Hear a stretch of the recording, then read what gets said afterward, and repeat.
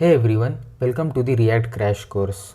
Are you struggling to learn React and finding yourself stuck in tutorial hell? Then this crash course is perfect for anyone who wants to learn React and start building their first project. After watching this course, you will be able to code in React with confidence and succeed in React interviews. In this course, we will learn what is React, why should you learn React, and we will use the latest version of React, which is React 19. JSX, components, props, conditional rendering, how to style your React app, React hooks, and many more. And not only that, we'll build not one, not two, but 3 real world projects that will truly help you master React.js. In all of these projects, we'll use the React compiler, so we won't be using useMemo, useCallback, or React.memo in any of our 3 projects. A slick expense tracker app where you can manage your expenses, add, edit, and delete them, along with interactive charts that break down your spending and highlight top categories. We'll use Tailwind CSS, Shadchan, Highcharts, and React Hook Form to build this modern application. A modern movie app where we design a clean UI using Tailwind CSS, fetch data from external APIs, implementing debouncing, add smooth animations, and apply real production level patterns. And finally, we'll build a clean and modern React admin dashboard with charts, a transactions table, stats, and smooth animations. In this application, we'll use a different charting library, Recharts, along with Tailwind CSS to create a polished UI with production level code. These 3 projects are carefully chosen to give you the perfect learning curve from fundamentals to advanced concepts. By the end of this video, you will be confident building production-ready React.js applications from scratch. If you want the best learning experience, you can purchase the full course on Udemy, where you'll get source code, bonus videos, step-by-step guidance, and fast doubt support. The course is regularly updated and all future updates are free. Link in the description. Let's dive in. So let's start with what is React. So React is an open source JavaScript library for building user interfaces, particularly single page applications. It was developed by Facebook, now Meta, and is widely used for front-end development. In traditional website, entire page reloads for every user interaction, but in SPS, which is stand for single page application, the entire website does not reload for every user interaction. The only parts get updated which is required. React provides component-based architecture. It means we build UIs by creating reusable components. React uses something called virtual DOM, which is a lightweight representation of real DOM, means document object model. Basically, virtual DOM is a large JavaScript object. Whenever anything changes on the web page, React compares the new virtual DOM with the previous virtual DOM and check what part is exactly changed and only update that part without reloading the entire page. This process is also known as reconciliation. React is declarative, means we describe what the UI should look like, and React handles all the updates. We don't manually interact with the DOM. When React was created by Facebook in 2011, the core problem Facebook want to solve to improve the UI performance for Facebook's news feed. And after that, Instagram adopts React to build UI. Why to learn React? React is a very popular library. If you go to the GitHub page, it has 238k stars, and React is the most used front-end library worldwide. Companies like Meta, Netflix, Airbnb, Uber, all of this company uses React for building UI. It has wider community support around the globe. So if you are stuck at something, then there will be always answer on the internet. And also the major reason is if you are preparing for a front-end developer role, the very first skill recruiters will ask you about is React. Almost every company expects front-end engineers to know React because it's the most used widely library in the industry. So if you want to break into front-end development, mastering React should be your top priority. Not only that, React also provides React Native, which is used for mobile development. So after learning React, React Native is like a cakewalk. You can build mobile apps using React Native which uses React syntax. So all of these reasons motivate you to learn React. Then let's move forward. First, let's download Node.js. So you can go to nodejs.org/en/download website, and from here you can download Node.js according to your operating system. So you can see for macOS you can install the installer, and after you can follow these steps which will download Node.js on your system. You can also download it using nvm. So you can copy this command and paste on in your terminal, and after that you can do nvm install 22 or any other version, but I'll recommend to install latest version of Node.js. So Node.js is required to be installed on your system because it is a JavaScript runtime which run JavaScript outside the browser. So we run JavaScript in the browser. Every browser has a JavaScript engine which run JavaScript. But to run JavaScript on our system, we need Node.js. Node.js is built on top of Google V8 engine, which provides to run JavaScript outside the browser. We can run on terminal, we can run on server, we can run on our system, etc. So after downloading Node.js, we are going to use Visual Studio as our IDE. You can use any IDE as per your choice.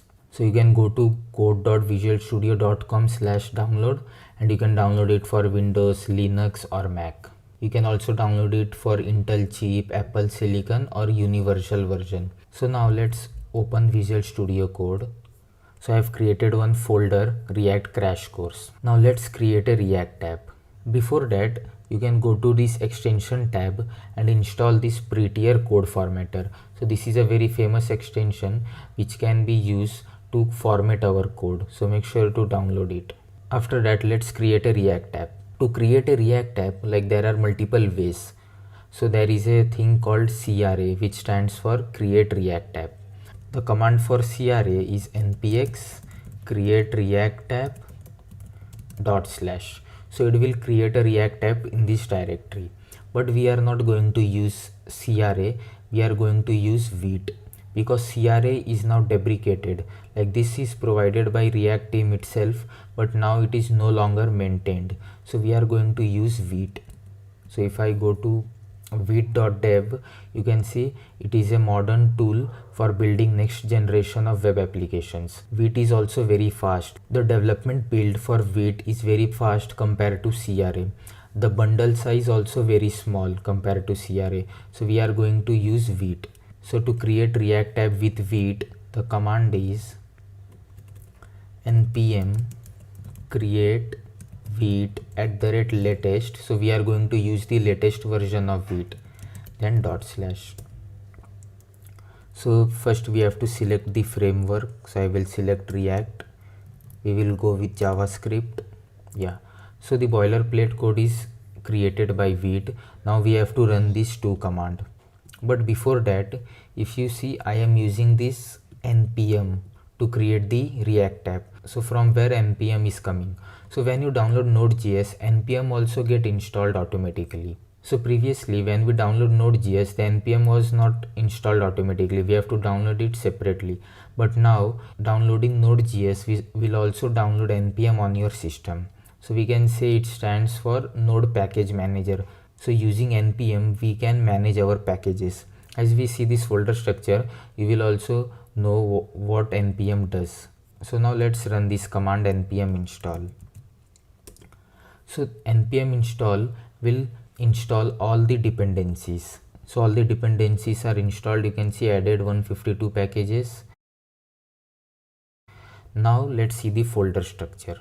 So I will close this terminal. Let's start from the bottom. So first we have a config file vite.config.js. So this is a configuration file for Vite. Here you can customize the build process, add plugins. So you can see on line 5 we have added a React plugin. So this file is similar to webpack.config.js. After that we have a readme.md file.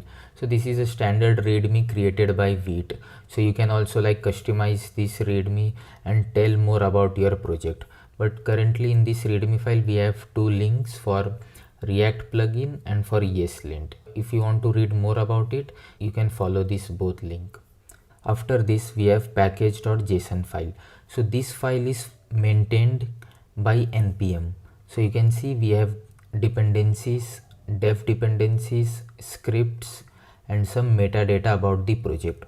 So package.json file contains all the core metadata of our project. So you can see the name of the project, the private attribute, the version, the type, and after that we have scripts. So these are npm scripts which we can run to start our server, to build the project, to run ESLint, etc. So previously we run the command npm install. So that command installed all our dependencies that is mentioned in this dependency object and dev dependencies object. So the difference between dependencies and dev dependencies is that dependencies also run on production. So when you create a production build, these dependencies are also used, but this dev dependencies is only used in development mode. This is not used in production mode. You can also create and define your own scripts in this object. Now let's see the next file, package.log.json. So this is also a very important file. So in the package.json we have the dependencies, like we have two dependency, React and React DOM. So you can see the version for React is 19.1.1. So we are using the latest version of React, and for DOM, React DOM, the version is same. This package log.json file, like it somehow like log the version of your package. So what that mean is, whenever we let's say we have deployed this project and some other user on their system is using this project, so that will make sure, this file will make sure that what dependency version we are using currently is the same version that user will also use. So let's say we are using React 19, so that particular user will not use React 18 or any other version. It will use the exact version that is mentioned in the package log.json file. So it ensures the same versions are installed on every machine. So whenever we install any new dependency, this file is auto generated, like this will be auto generated and this will be automatically modified. We don't have to do anything in this file. Now let's see the next file, index.html. So in the entire project we will have only one index.html. So this has the normal HTML syntax, we have the head tag and body tag. So here the main part is this root div. So when we will see the app component, then we will able to know what the importance of this root div. So first let's modify the title, React Crash Course. Okay, and this also have one script which points to main.jsx file. We will see this later. So let's go to eslint.config.js. So this is a ESLint file, like it has all the ESLint rules. So now let's move to .gitignore. Here we can put all the files that we don't want to push on GitHub. So for example, node modules, this dist folder, or we can add one more file here, .env.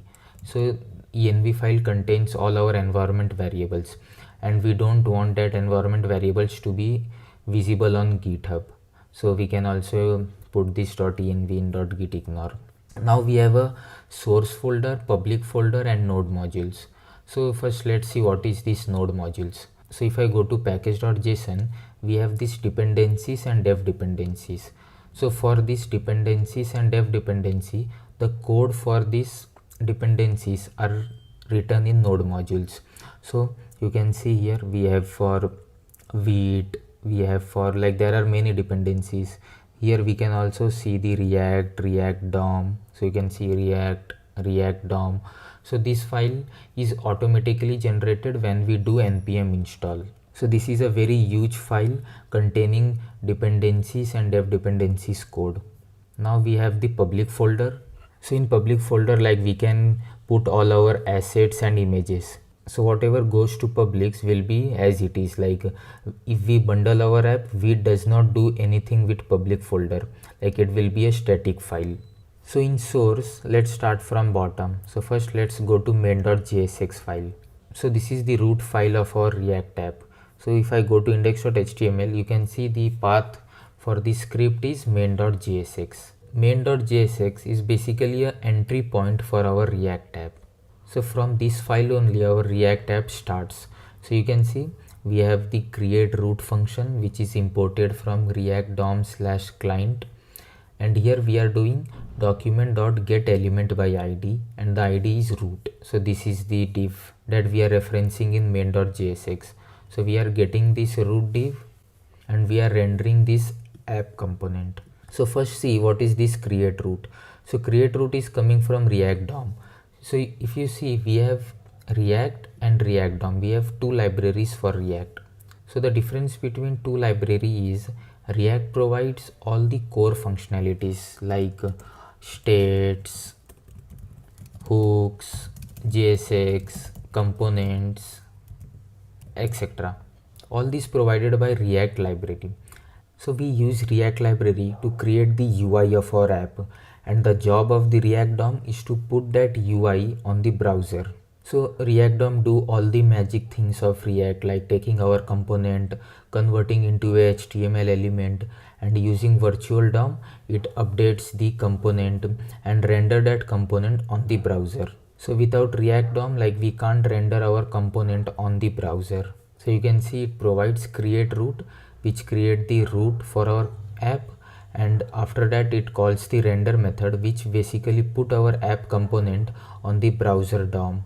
So strict mode is a special wrapper component provided by React, which does not render on UI, like it does not render anything on the UI.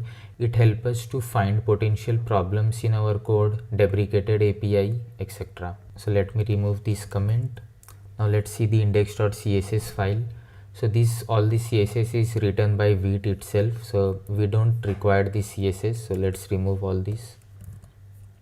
Now let's see the app.jsx, but before that first let's see the app.css file. Here also we have all the CSS which is not required, so I will remove it. So now let's see the app.jsx file. So this is the entry component in our app.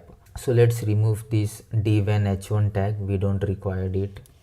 Let's also remove the state. Later we will see what this mean. I will just return one div with hello world. Okay, now let's see what is this app function. So basically this is a component. So what is component?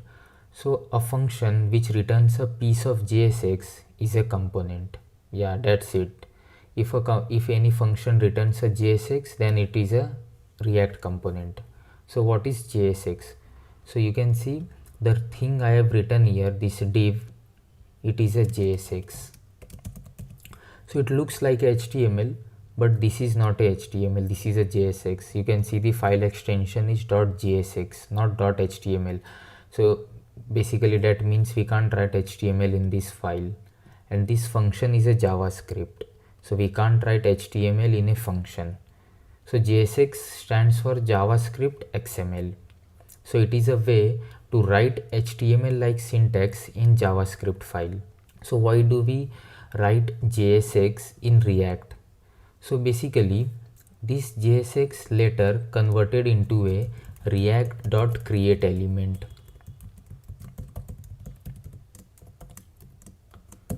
So this line of code will be converted into React.createElement by Vite. So we can write like this also, React.createElement div, or we can create h1, we can create p tag, etc. Writing code like this is a very lengthy thing. Like if we want to create one element, we have to write like this. Then if we want nested element, then this code will become very complicated as the components grow.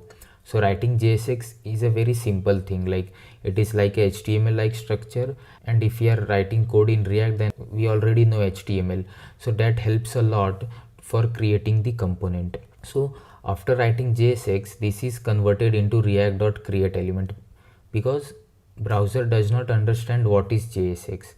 Browser only understand HTML, JavaScript and CSS. So we convert this into a React.createElement, and after that we saw the React DOM library. So this is basically converted into a real HTML. So like this, div with hello world. So this is a simple definition for how this component is converted into a HTML by React DOM, and how it help us to convert this into a React.create element after React DOM take this component, this function React.create element, and using virtual DOM, like it converts to a HTML structure which browser understand, and after that this syntax, this HTML is rendered on the browser. So now let's run the React app. So let's spin up the server. So to start the server, if you go to package.json, we have this script dev. So we can copy this dev and we can write npm run dev. So to run any script, we run this command npm run and then the name of the script, the key, the dev, build, lint, preview, etc. So you can see our React app is started and it is running on the server 5173 on the localhost 5173. So you can see we have hello world. Okay, now let's go back to app.jsx. So what is the advantage of JSX? So here you can see we have this simple hello world text, but we can write expressions also. So if I write 2 plus 2, so can you predict what will be the output? The output will be 4. So you can see the output is 4. But what if it was a HTML? Then you know what will be the output. The output will be 2 plus 2. So the expression won't be calculated like we have in JSX. So we can write expressions also. We can't write the entire JavaScript code here. We can only write expressions. Expression means something that returns, like 2 plus 2 has a output 4, but we can't write functions here. Like if I write let's say a function start, so this will return a error, like this will throw error. If I open the console, you can see functions are not valid as a React child. This happen if you run return start instead of start from render, or maybe you meant to call this function. So you can see we can't write JavaScript statement, we can only write expression. So let me remove this. So now let's create one more component. So we can create a folder components and then we can create a component in that folder only. But for simplicity, I will create one more component here only. Function calculator.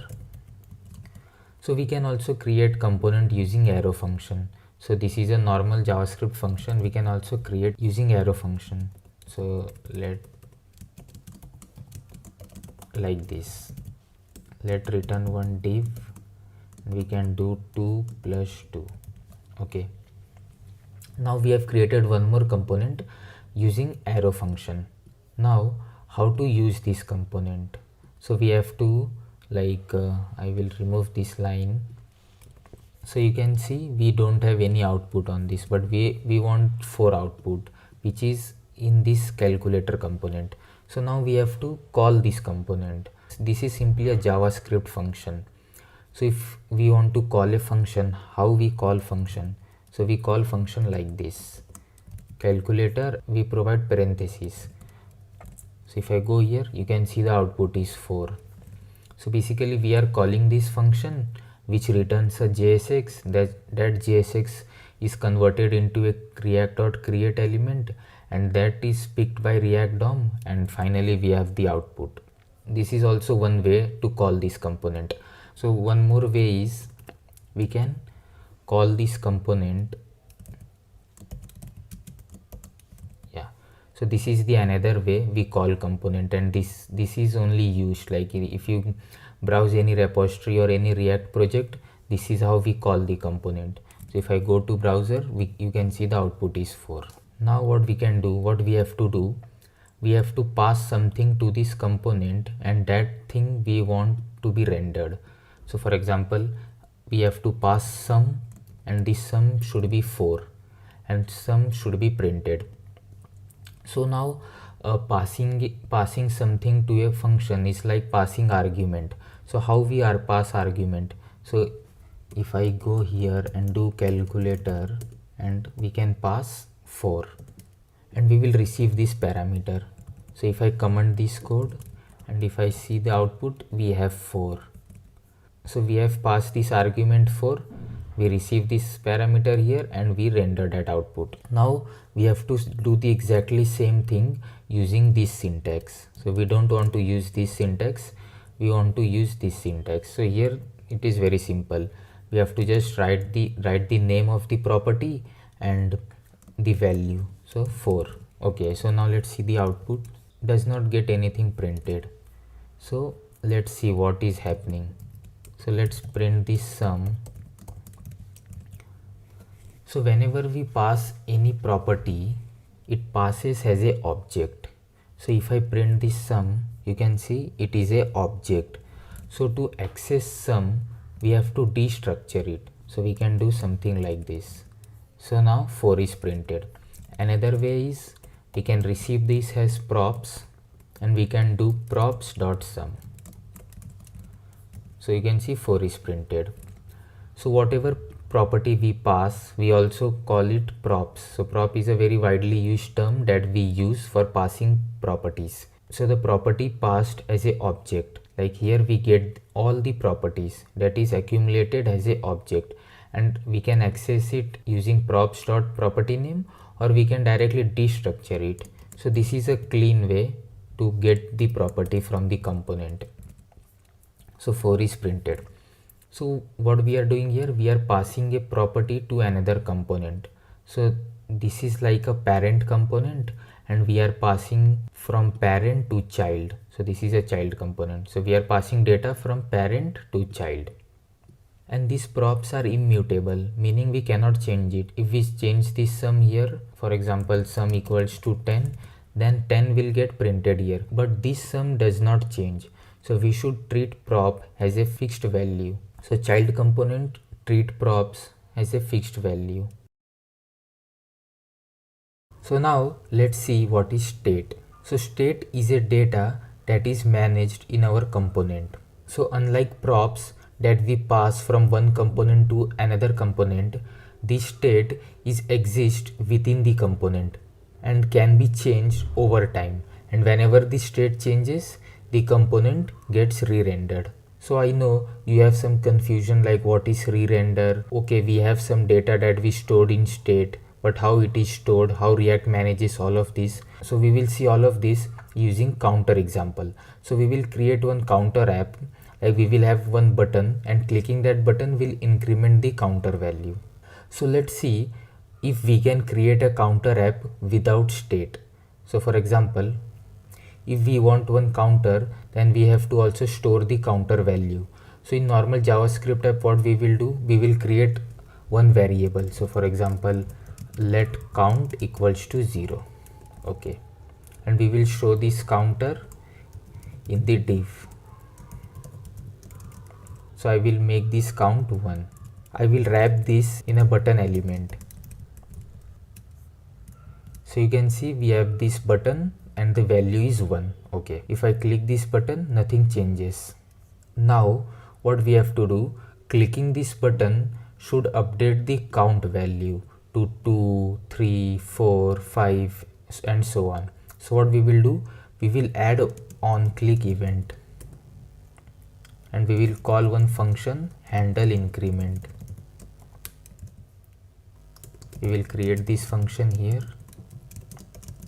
And what we will do, we will say count plus equals to 1. Okay, so whenever the button gets clicked, this counter increments by 1 and we will able to see the latest value of count. So let's see. So if I click this button, nothing changes. So let's print the count value. So after incrementing it, I will add a console log. So now let's see. So if I click the button, the count value is incrementing, but we are not able to see the latest value in the UI in this button. But the variable is incrementing, like we have the latest value in the console, but on the UI it is not showing. So this is a basic variable. Whenever this variable changes, like we will able to see the latest value in this function only, but this does not re-render the component. To get the latest value here, we have to re-render this component without missing the previous value. So one more catch here, if this component gets re-rendered, then this value count equals to 1 will get reset and we will not able to see the latest value even if the component gets re-rendered. So to achieve this behavior, we use something called as hook. So hook is a special function in React that let us use some magical power of React. For example, use state, use effect. There are multiple types of hook that we can use in our component. So let's start with use state. So I will create one variable here, count. Let's delete this variable, count, set count, use state, and we will give the default value 0. Now what is this syntax? So first of all, this is a use state hook that comes from React. You can see this is not coming from React DOM, this is coming from React. So this React library gives us a magical power that we can use state, use effect, different types of hook. So this use state is a JavaScript function. So if I command click on this, you can see it is a simple function that takes a argument initial state and that returns a array, and this array has two values, two elements. The first one is this generic s and second one is a function. So that means this function returns a array. So if I cut this entire syntax and if I only log this count, let's see what gets printed. So you can see we have one array with two elements. First one is the default value and second one is a function. So the first element of this array is this value only, whatever we provide here. Let's say I provide 99. So you can see the first value is 99. So whatever we give the initial value is the first element of the array. And what is the second one? So second one is a function. So what does this function do? So this function is used to change this value. We can't change the value directly using this 0th element. We have to change the value using this setter function. So what I mean by that, first of all, we will destructure it. So this returns, every time this returns a 2 element. So we will destructure it and store it in a 2 variables, count and set count. So count is this value 99 that we saw here, 99, and second one is a function. So this is this one, set count. So we write this like count, the same name, and we write a prefix set. So now let's see what this count gets printed. So it is printing 99, which is expected. Now we have to change this value. Let's reset it to 0. In the previous example, we were able to change that normal JavaScript variable, but that value was not reflecting on the UI. And the reason was because the component needs to be re-rendered to give us the latest value. And if we change the normal JavaScript variable in a React component, that does not re-render the component. React does not able to identify which states changes and whether the component should be re-rendered or not. React only re-rendered the component if we are using the useState or any other hook. So let me do set count and we will set it count plus 1. So now let's see. So if I click this value, you can see the console, on the console we get the latest value of count, and here also on the UI also it is changing. Okay, let's see the syntax, how we change the count value. So we are using this function, and in this function we can provide what value we need to set. So for example, I can give 100. So whenever the button clicks, like it sets the value 100. And what we are doing? We are doing count plus 1, means 0 plus 1, 1. Then again when this button gets clicked, 1 plus 1, 2. So every time the previous plus 1. So to write this in more better way, like we have written count plus 1, this is also fine. Or we can write this syntax using previous plus 1. We are passing one callback function, and from that callback function we are returning previous plus 1. So previous will be 0, then 0 plus 1 will be 1, then again 1 plus 1 will be 2, then 2 plus 1 will be 3. So previous means first it will start with the default value, and as we increment the value, it will have the latest value in the previous variable, and after that we will just add 1 to it, and this entire syntax will return the latest value, and that value will be set in this count variable. So let's see. So if I refresh the page and click on count, so it is incrementing. So to understand this in more detailed way, so whenever we call this function, this setter function, this entire components re-rendered. So you can see I have added this console log. So you can see whenever I click this button, you can see the output we get here in the console. Means whenever this setter function gets called, React re-renders the entire component, and then it shows the latest value on the UI. And while re-rendering this component, it does not reset the value to 0 that we saw in the normal JavaScript variable. So this is also a very important interview question, like why do we use useState versus normal JavaScript variable. So you can tell all of this reason to the interviewer.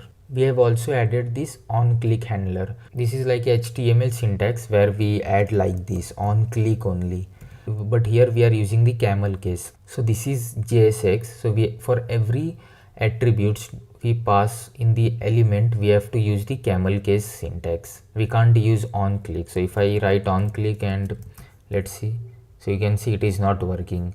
Invalid event handler property on click, did you mean on click? So we have to write in camel case. So to summarize, we use hooks to store data in our component. So anything we want to store, for example user or this counter variable or any kind of data that we want to store in our component, we use this useState hook. Now let's see one more very important hook, useEffect. So let me remove this and I will write useEffect. So this is also comes from React library. Let's remove the useState, and also let's remove this button component, and let's write hello world. So we use useEffect hook to perform side effects in our component.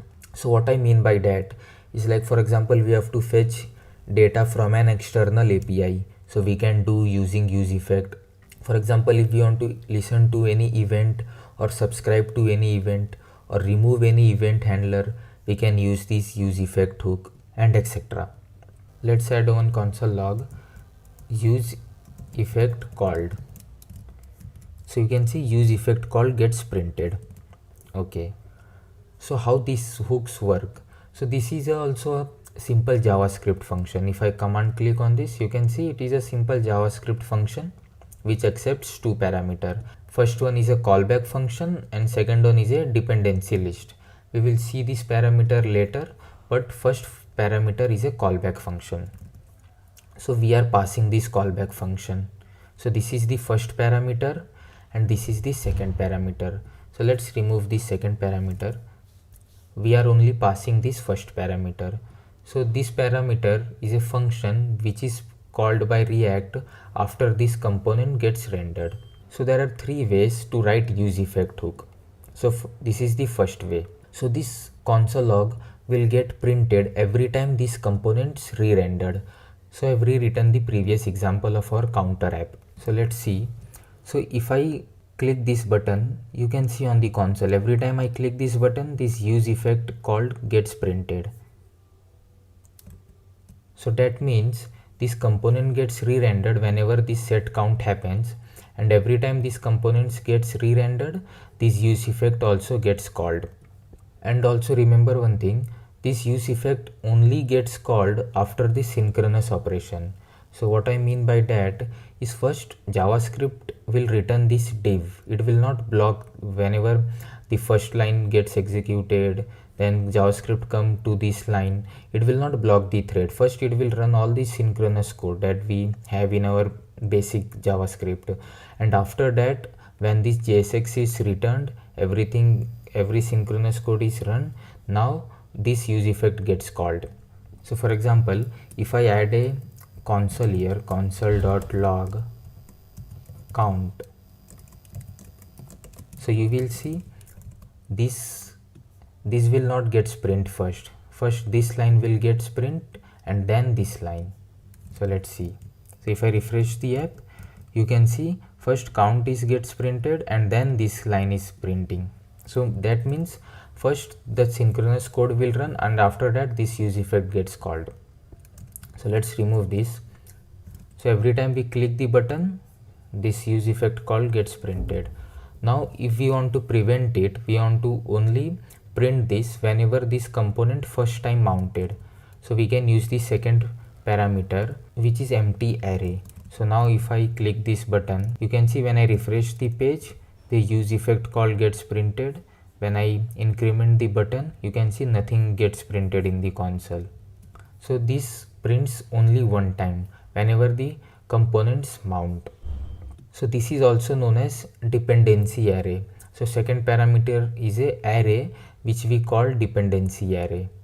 So here we can provide all the state variables. This will called only one time when the component renders. But for example, I am printing count here. Okay. So now let's see what happens. So when I refresh the app, use effect called with value 0. If I increment the counter, so in the console the latest value of count is not printing. So in the dependency array, we can pass the state count. So we are telling React to run this use effect every time this count variable changes. So now let's see. So if I click this button, you can see on the console we are getting the latest value. So this is the second way of writing use effect. First one was without this dependency array and that runs use effect every time the component re-renders. The second one with a empty dependency array which runs only once when the component mount, and after that if component re-renders multiple times, this use effect will not get called. But we can pass some dependency array that will tell React to call this callback function whenever the state changes, and when the state change, when we click on the button. Now what we can do in use effect, we can return a function. So that sounds like a weird thing, but yeah, we can return a function. But what it does, so let me write the syntax first of all. So we will return a function and we will log cleanup function called. So this is known as a cleanup function. So first of all, let's see the output. So if I refresh the page, so use effect called 0 and then cleanup function called. So if I increment the count, you can see first cleanup function called, then use effect called. First cleanup function called, then use effect called. So this cleanup function gets called in two ways. First way is whenever the component unmount. Unmount means whenever this component gets hidden from the UI, this use effect will get called. And whenever the component is unmounted, so for example, we want to clean up any event listener, or we want to unsubscribe, or we want to clear the timer, so we can do all of the cleanup things in this function.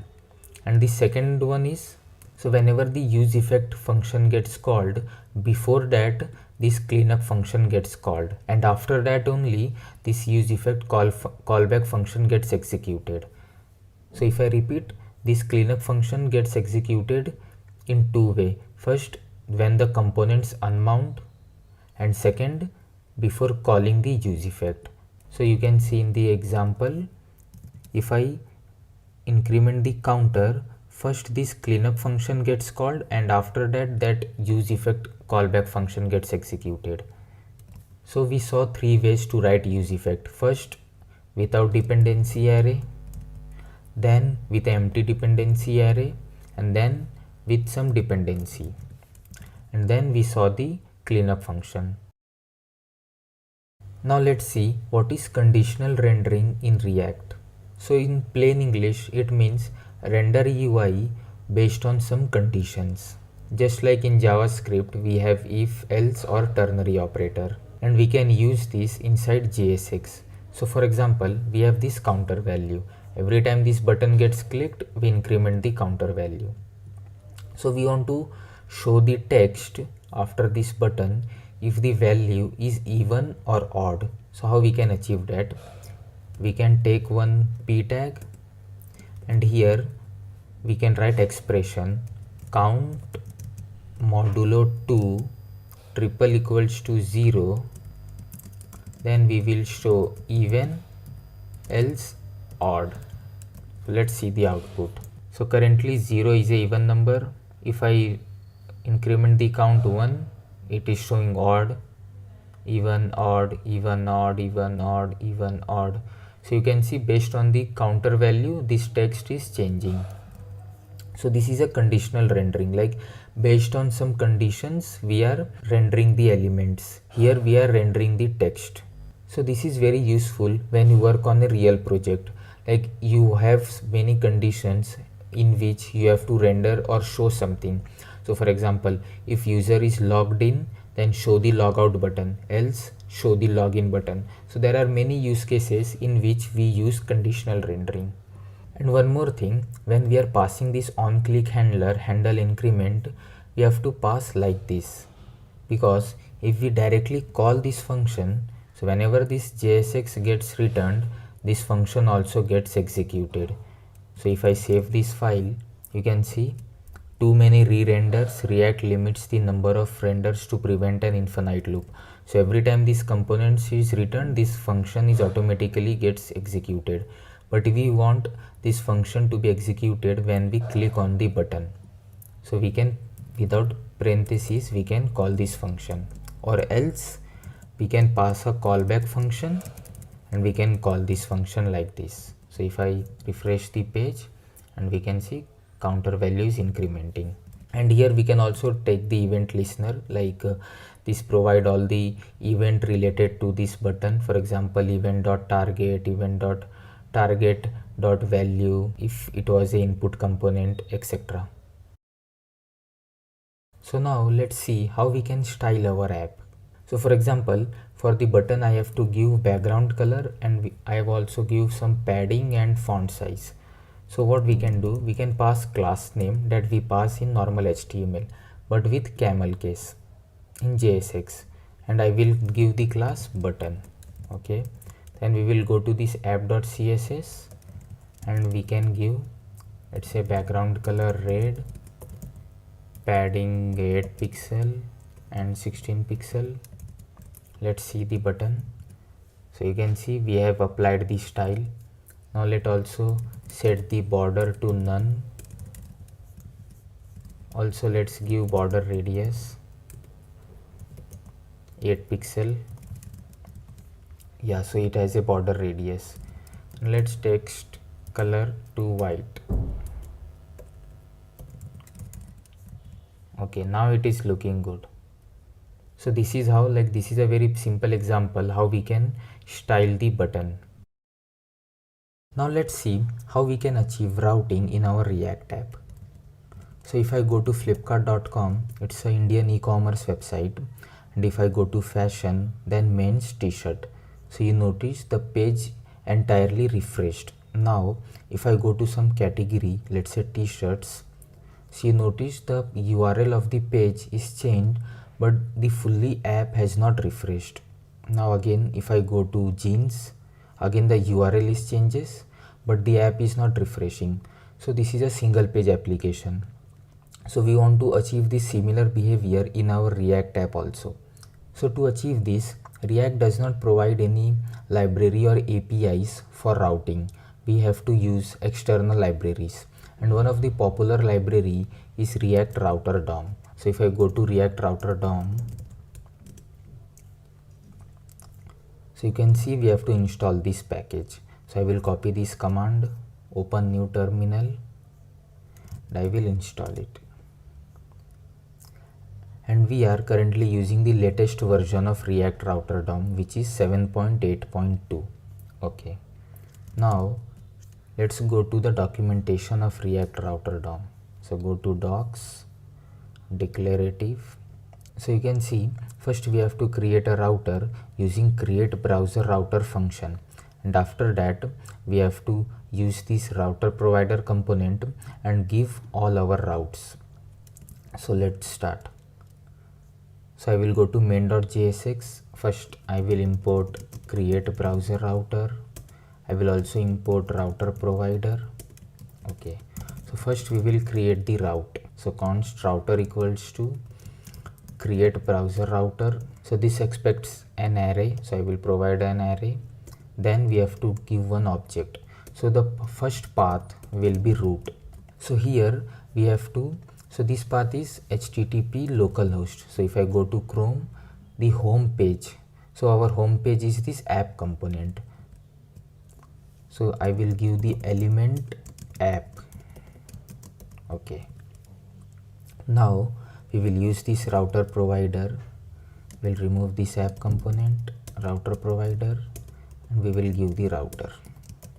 Okay, so now you can see it is working as previously. We have the app component hello world. Okay, now we want one more route / contact, and if I go to contact page, you can see currently it is throwing an unexpected application error 404 not found because we don't have contact route.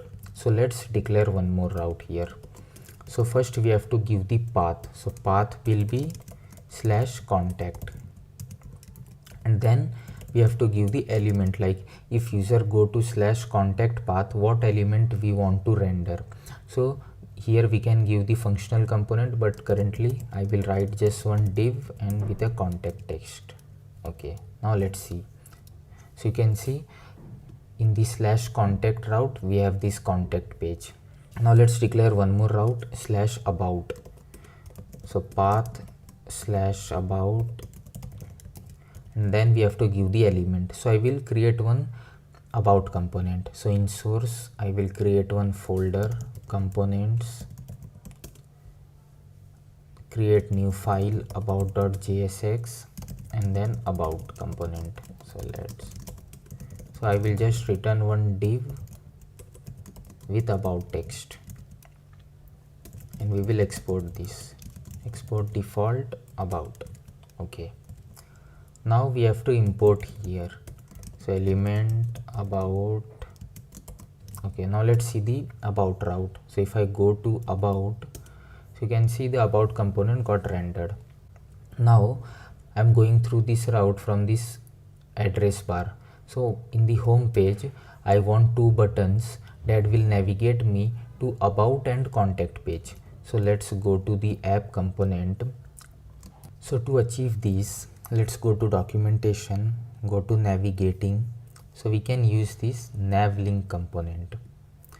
There is also one more component which is link component. So the difference between navlink and link component, like for navlink it also provides the active state which tells us whether the link is active or not, but if currently we can use the link component because we don't want the active state. So let's go to app.jsx, let's do link from React router DOM and about, and then we have to give the path. So to here we can provide /about, and same for contact /contact. Okay, now let's see the output. So let's go to home page. So we want some gap here, so I will apply the style here only. So display flex, also provide gap, so gap will be 1 rem. Okay, now if I click the about button, see, notice we go to the about page but the app is not refreshing. Now let's go back, let's go to contact page. So you can see the app is not refreshing fully like we saw in Flipkart. So this is how we can achieve routing in our React app. Now let's see React 19 new features. So as you can see, React 19 is now stable. We will start with the first feature, that is actions. So here I have already created a new React app, and if you see the UI, so currently we have this form. Here we are showing the current user, which is Amit, and here I can update it. For example, test user, and if I click update, it will call the API and it will update the user. And if you see the code here, so it is a very basic code where we have this form, we have this handle submit, then we have this input text box, button which is submit, and then here we are showing the current user. For the input we have this on change, and inside this handle change we are setting the input whatever user types, and we can access that value using e.target.value. After that, if user clicks the submit button, we will call this handle submit, and first we are preventing the default. So if if we don't write this line, then it will auto refresh the page, and that is the default behavior of this form. So we are preventing that default behavior. Then we have this try catch block. Here we are taking the input and calling this update name in db. So this is the mock function that we are using to update the name, and then this function will return the new name, and we are setting that new name in another state variable, which is this set name. And you can see here we are showing the name current user. Then we are setting the input as empty, and if there is any error, then we are logging that error. So let's see how we can use actions in React 19 to write this code in a much simpler way and with extra functionality.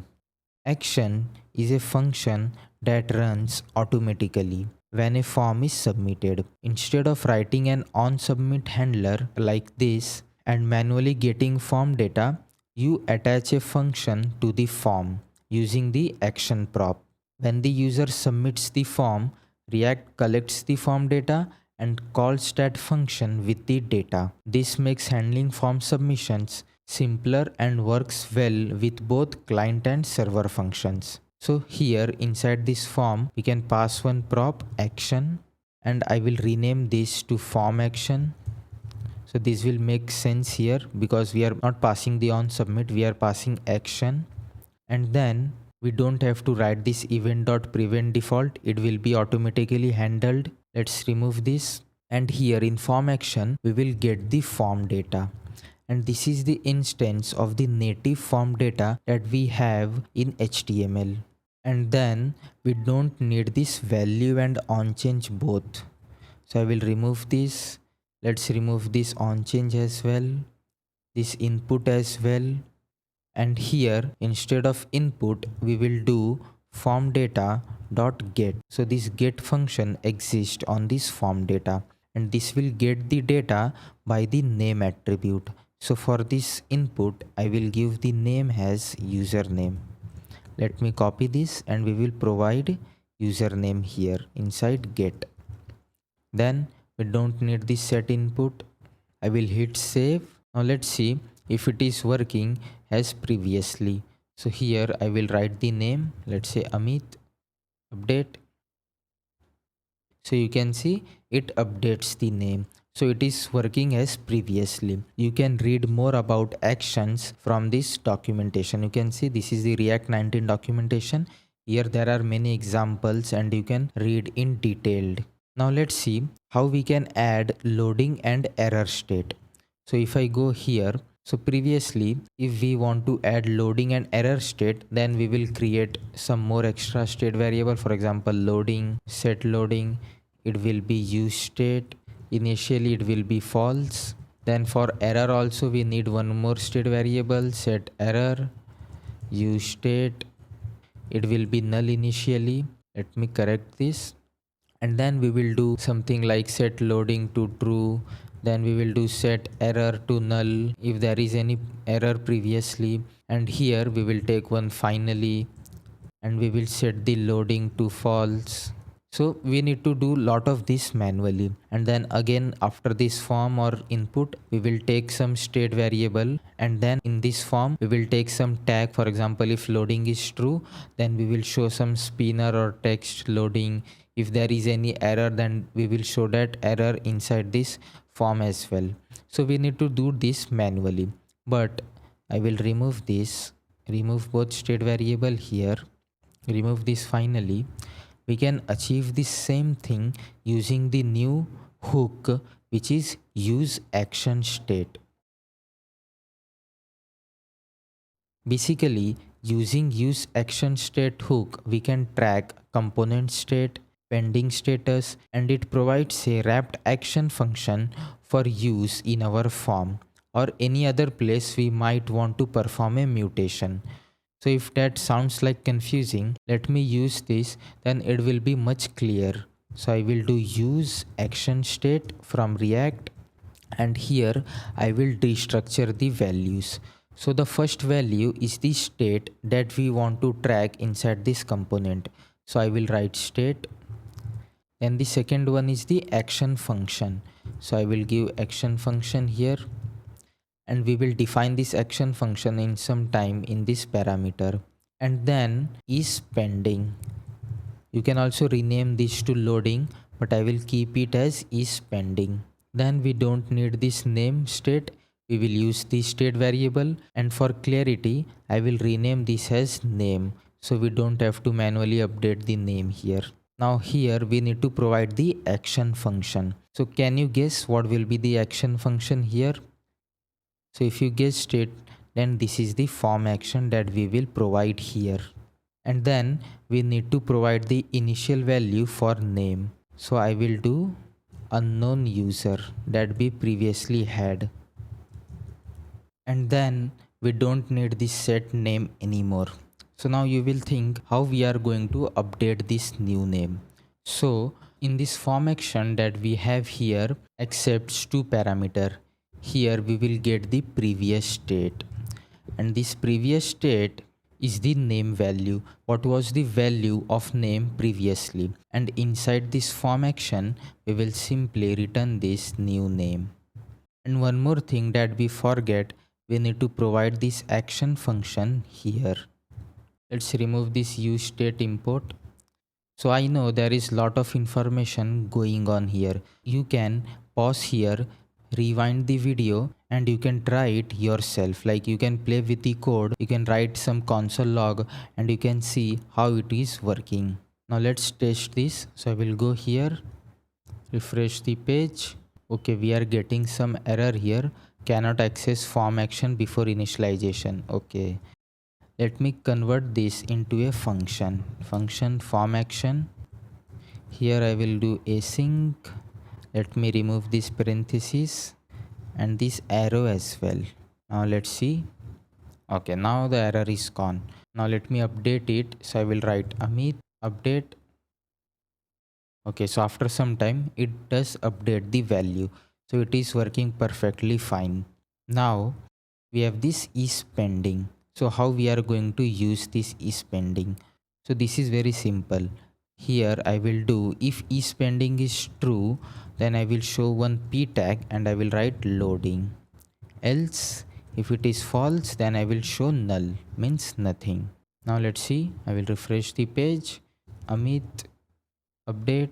You can see we have this loading, and then loading is gone. So React automatically handles is pending for us. Like whenever this form gets submitted, this is pending gets true, and after the action is performed, this is pending value updates to false, and React re-renders this component automatically. Now let's see how we can handle errors in this form. So while submitting the form, if there is any error, then we want to show the error on the UI. So if I go back, so for that what we used to do previously is like creating a new state variable error, then set error, it will be null, and then we will set the error to null here, and in the catch block we will set the error message. But we are not going to do that way. Also it will not work in this form action because this is a async transition, and if you update any state variable here, React will not re-render this component. The component will get re-rendered after this form action is completed successfully. So how we are going to handle error here? So if you see here, we have this name state variable that we are rendering here, and we are returning this name as well. So currently it is a primitive string. We can convert this into a object. For example, I can rename this to back to state, and here instead of this string I will wrap this inside a object name, and here I can take one error. Initially it will be null, and then instead of name I can do state.name, and instead of just returning name I will do name new name. Let's remove this useState import. Now can you guess where we will handle the error? Inside this catch block we will return error this error, and we need to also return this name, else it will be undefined here. So here I will do name previous state dot name, and here I will set the error as null. And then after this form I will check if state dot error exists, then I will show one p tag state dot error, else I will show null. Let's see if it is working. Let me type the name, let's say Amit, update, loading, and it updates the name. And for error, if you see this function update name in DB, here what we are doing, we are just creating a new promise and waiting for 1.5 seconds, and after that we are resolving that promise. But if inside this name that we are calling here update name in DB, if that contains error text, you can see here we are checking if name dot to lowercase dot includes error, then we are just throwing the new error, which is error updating name. So here I will do error dot message. So let's see. So here I will do Amit update, so loading, then it updates the name. And if I type error, loading, and then we have this message error updating name. Let's give some style here. So inside this p tag style, I will give the color as red. Now let's see. Now we have this red color text. Now let's try again. So here I will give test name, update, loading, and we have this test name. And one more issue here is that if I type error update, then we are showing this error updating name. But if I type the correct name here and if I click update, then we still have this error message. So what I can do here, I will check if is pending is false, then only we will show this error message, and state.error should also exist. Now let's see. If I type error, submit,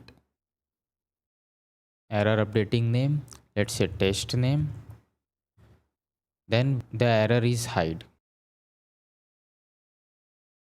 Now let's see what is useOptimistic hook. useOptimistic is a React hook that lets you optimistically update the UI. So it provides a state that can update to the user immediately and will be automatically reverted if there's a problem with the update to the server.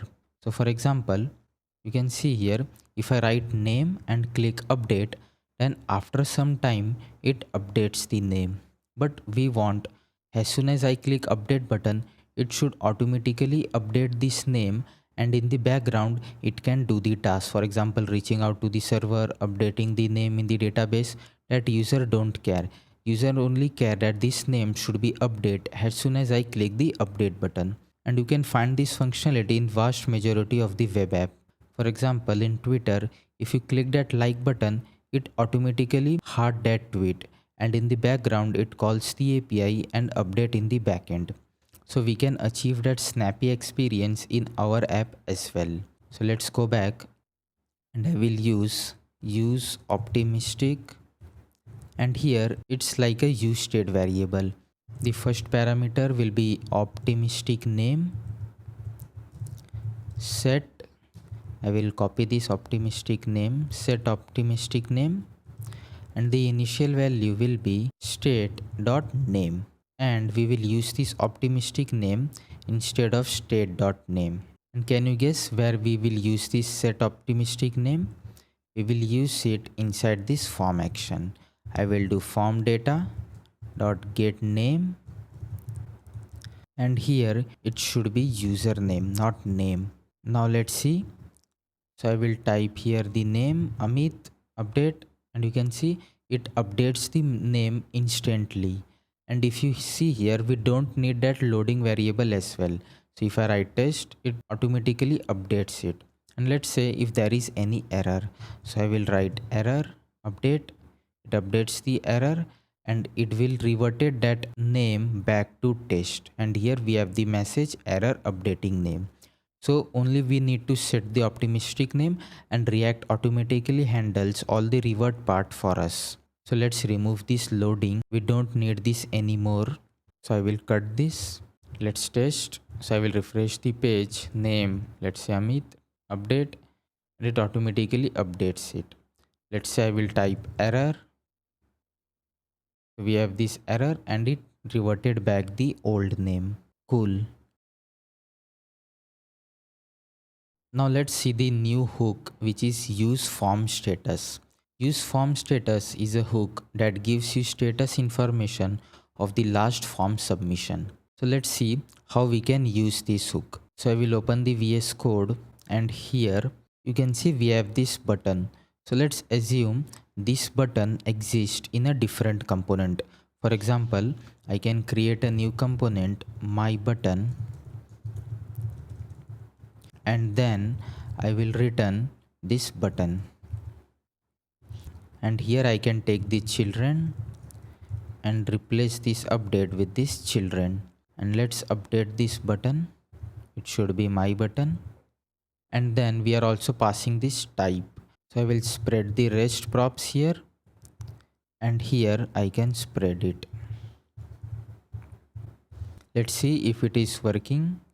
I will go back, refresh the page. Let's say name is Amit, update. So it is working perfectly fine. Now let's use this hook, useFormStatus. So first we need to import this. So useFormStatus, and it will come from React DOM, not from React library. So you can see we are importing this from React DOM, not from React. Now let's use this here. First I will print it. So let's say object, and let's print the object. I will open the console here. So you can see this object contains action, which is null, data, method, and pending. Let me update the name here. Now the pending is true, method is get. In the data, it is an instance of form data, and in action we have that form action. So there are very useful properties exist here. For example, you can access the form data, you have the method, you have also the pending state. So you can track whether the form is in pending or not. So let's go back. I will remove this and let's use the pending here. And here what I can do, I can check if pending is true, then I can show updating, else I will render the children. Let me remove this, and I can also disable it. So for example, disabled, and I can use the pending here. Now let's see. I refresh the page, name, I click update. You can see it is now updating, and then it's changed back to update. So this is a very useful hook to track the form status. And remember, this useFormStatus only work if the component exists in this form. Basically, this useFormStatus act as a context consumer for the nearest parent form element and provides you information about the current status of that form. So somehow React turning this form into a context provider, and any component that exists in this context provider can consume the data using this useFormStatus hook. That's why this is imported from React DOM, not from React. Now the next React 19 feature is now you can pass the ref as props.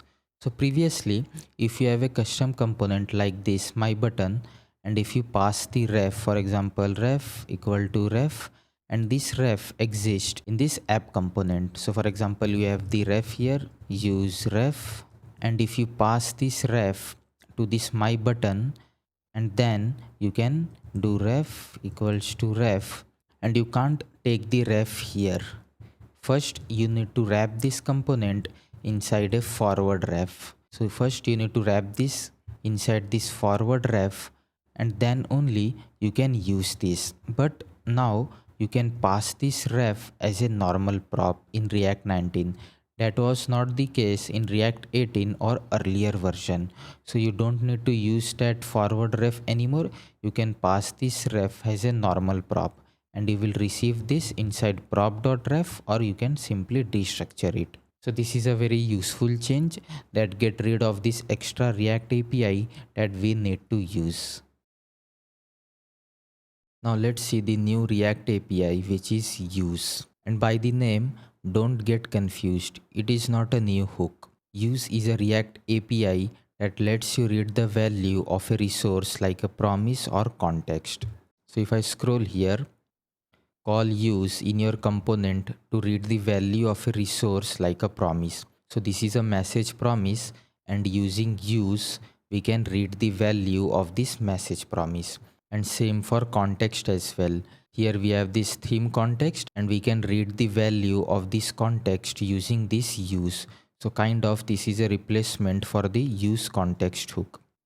As this is not a hook, so we can conditionally call this use inside a if condition. As you know, we can't call useState inside a if condition.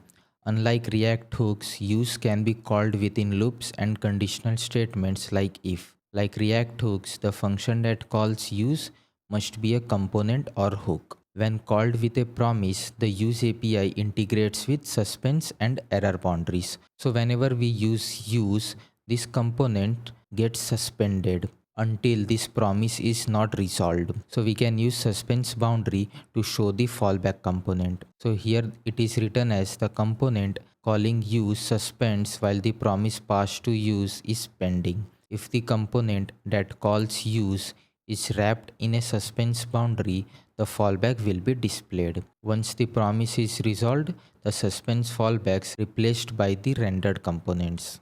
And if the promise passed to use is rejected, then the nearest error boundary will be displayed. So here in this draw, I have written 3 points. It is not actually a hook, thus don't have to obey the rules of the hook. Example, it can be used in loop or conditionally. It reads async resources and automatically suspends the component. It can be used as a use context hook. So let's try to use this use React API. So I will open VS Code, and here I have created one component to dos, and here we have this function or component fetch to dos. So let's see how we can fetch to dos. So I will take one use effect, then inside this use effect I will call fetch, and this is the API that we are going to use. So this is a JSON placeholder API where we are getting the array of to dos. Then I will write then response. We will convert this response into a JSON, and then then here we will get the data, and then we need to store this data in a state variable. So here I will create one to dos, set to dos, use state. It will be a empty array, and then here I will do set to dos data, and here I will do to dos dot map. Here we will get each to do, and I will return one h3, and here I will show to do dot title. Let's rename this component to dos. Now let's call this component. So I will call this component inside main.jsx. So here instead of app I will call to dos. Now let's see. So here you can see we have list of to dos title. We are getting this key error. Let me pass the key prop here. So inside h3 I will give the key as to do.id. Now let's see. If I refresh the page, the error is gone. So this is the old way of fetching the data from the API and storing in a state variable.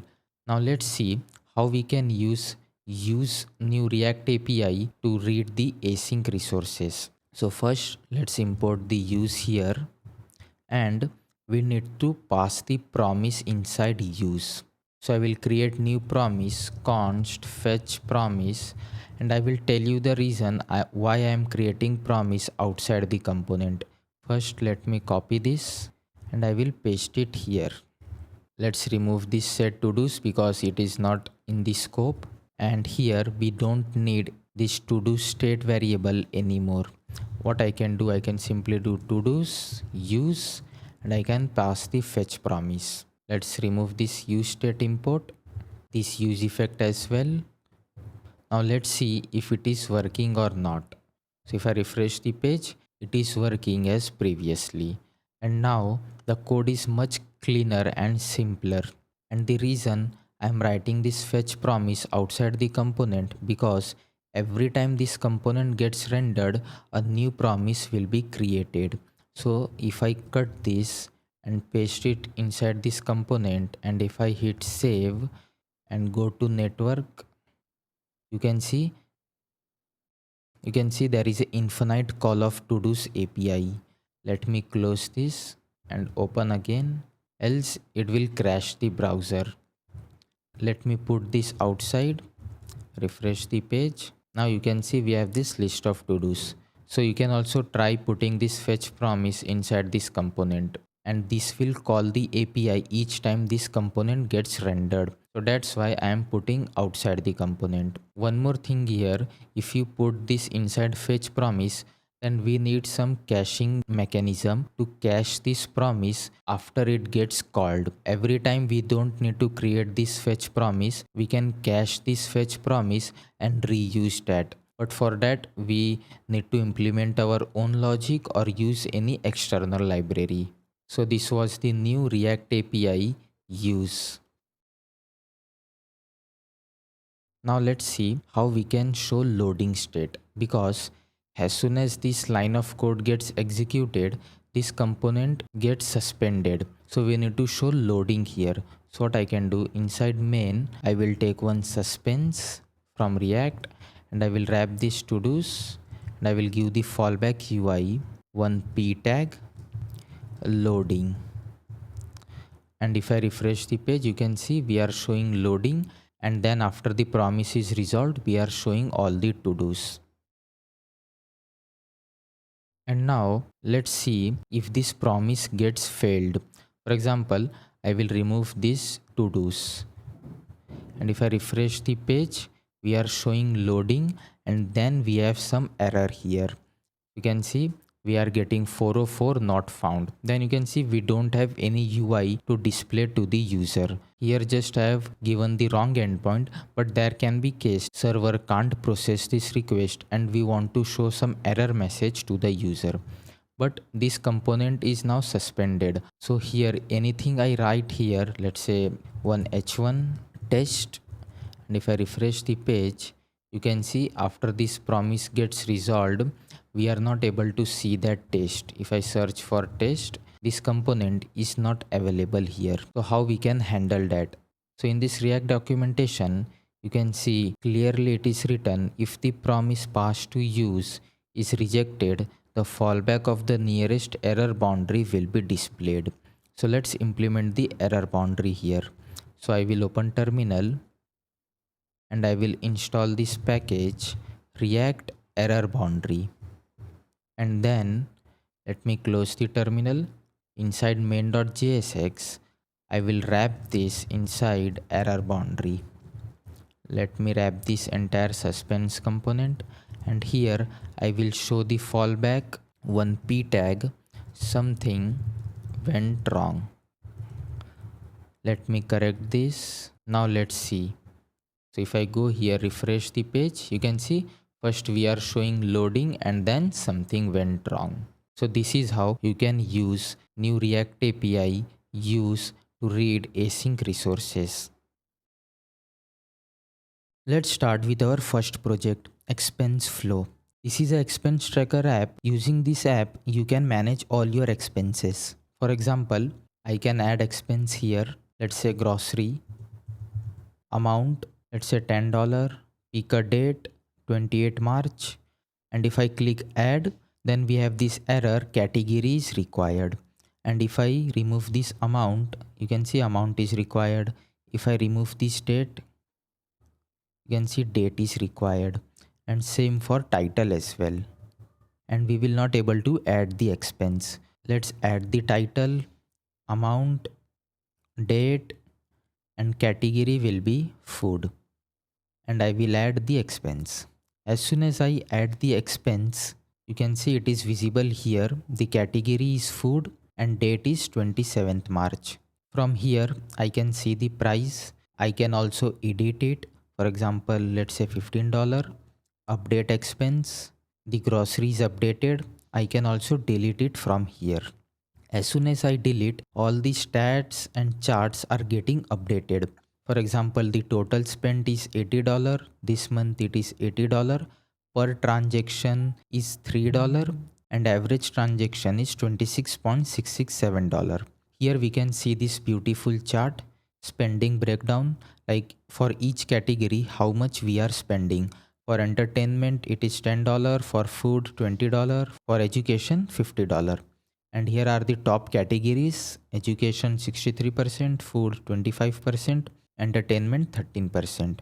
And we have this nice little progress bar. So we are going to create this application from scratch. So let's start.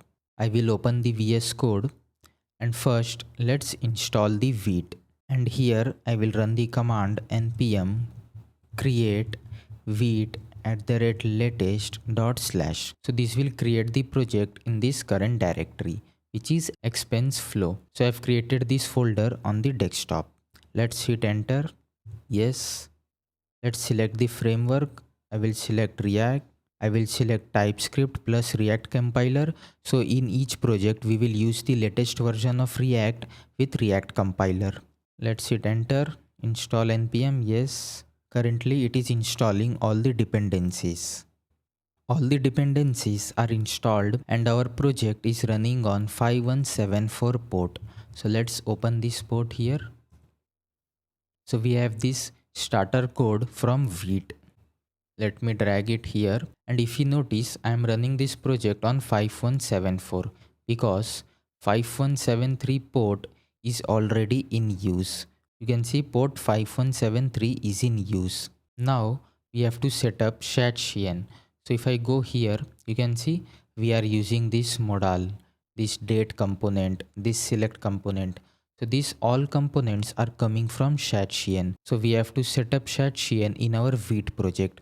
So what I will do, I will write Shadchan UI Vite. Go to this first link, and here I will select this existing project. We have already created the Vite app. Now I will copy this command. Let's go to the project, open new terminal, paste this command and hit enter. So first this will install Tailwind CSS and Tailwind CSS Vite. Now let's copy this code, go to global.css, not global.css, index.css. I will remove this code and I will import this Tailwind CSS. Now let's go back. And now we have to modify the tsconfig.json file. So what I will do, I will just copy this compiler options, go to the project, go to tsconfig.json file, and after these references, I will paste this code. So basically, this is configuring the path for importing Shadchan component. Now go to the tsconfig.app.json file. So let's go to tsconfig.app.json file, and from here we have to copy this code, go back to project, and inside compiler options I will hit comma here and I will add this base URL and path. Now let's go back, let's scroll here. We have to also install type/node and update vite.config.ts so Vite can resolve the @alias. So let's copy this command, go to the project, open new terminal. I will paste this command and install type/node. Now let's go back. Now we have to modify the vite.config.ts file. So I will close this terminal, this one as well, and go to vite.config.ts, and here we have to configure this path. So I will copy this, and after plugins I will paste this here. Let's also import this. I will paste it here. So we are getting this warning, Tailwind CSS is declared but it's never used. So you can see here we have to add this Tailwind CSS in this configuration. So I will copy this, go to plugins, and after this babel hit comma and I will paste it here. Now the warning is gone. Let's close all this file and I will restart the server. I will kill this terminal, npm run dev. Let's copy this localhost URL, The design is not looking good because we have removed all the code from the index.css file. So what I will do, let's clean up the project. But before that, let's see whether Tailwind CSS is working or not. So what I will do, go to app.tsx, and from here I will return one h1 hello, and I will do class name text to Excel. Let's see. Okay, so we have this style here. Text to Excel is font size 1.5 rem and line height. So Tailwind CSS is working perfectly fine. Now let's clean up the project so we can start fresh.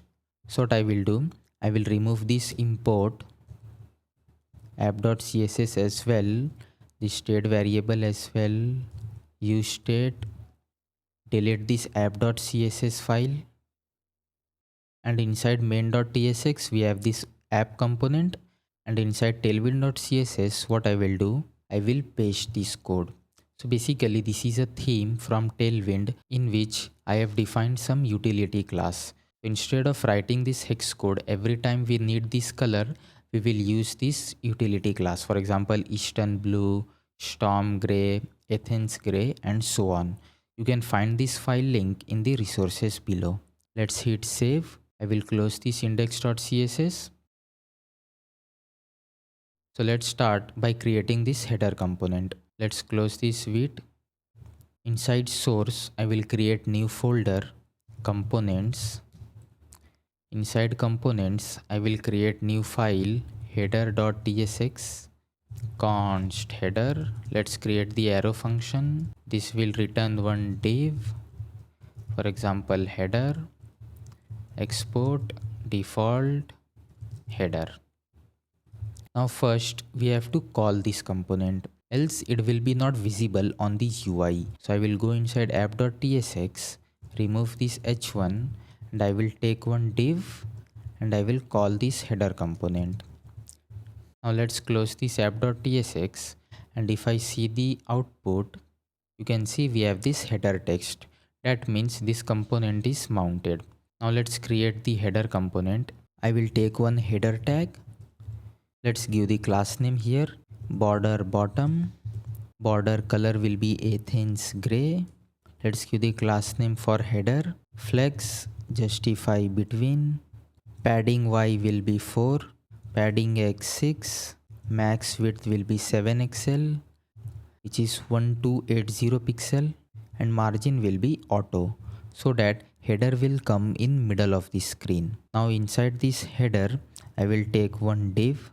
Let's give the class name, flex item center, and gap will be 3. So here currently I am creating this logo and this text expense flow. So let's go back. Inside this div, I will take one more div.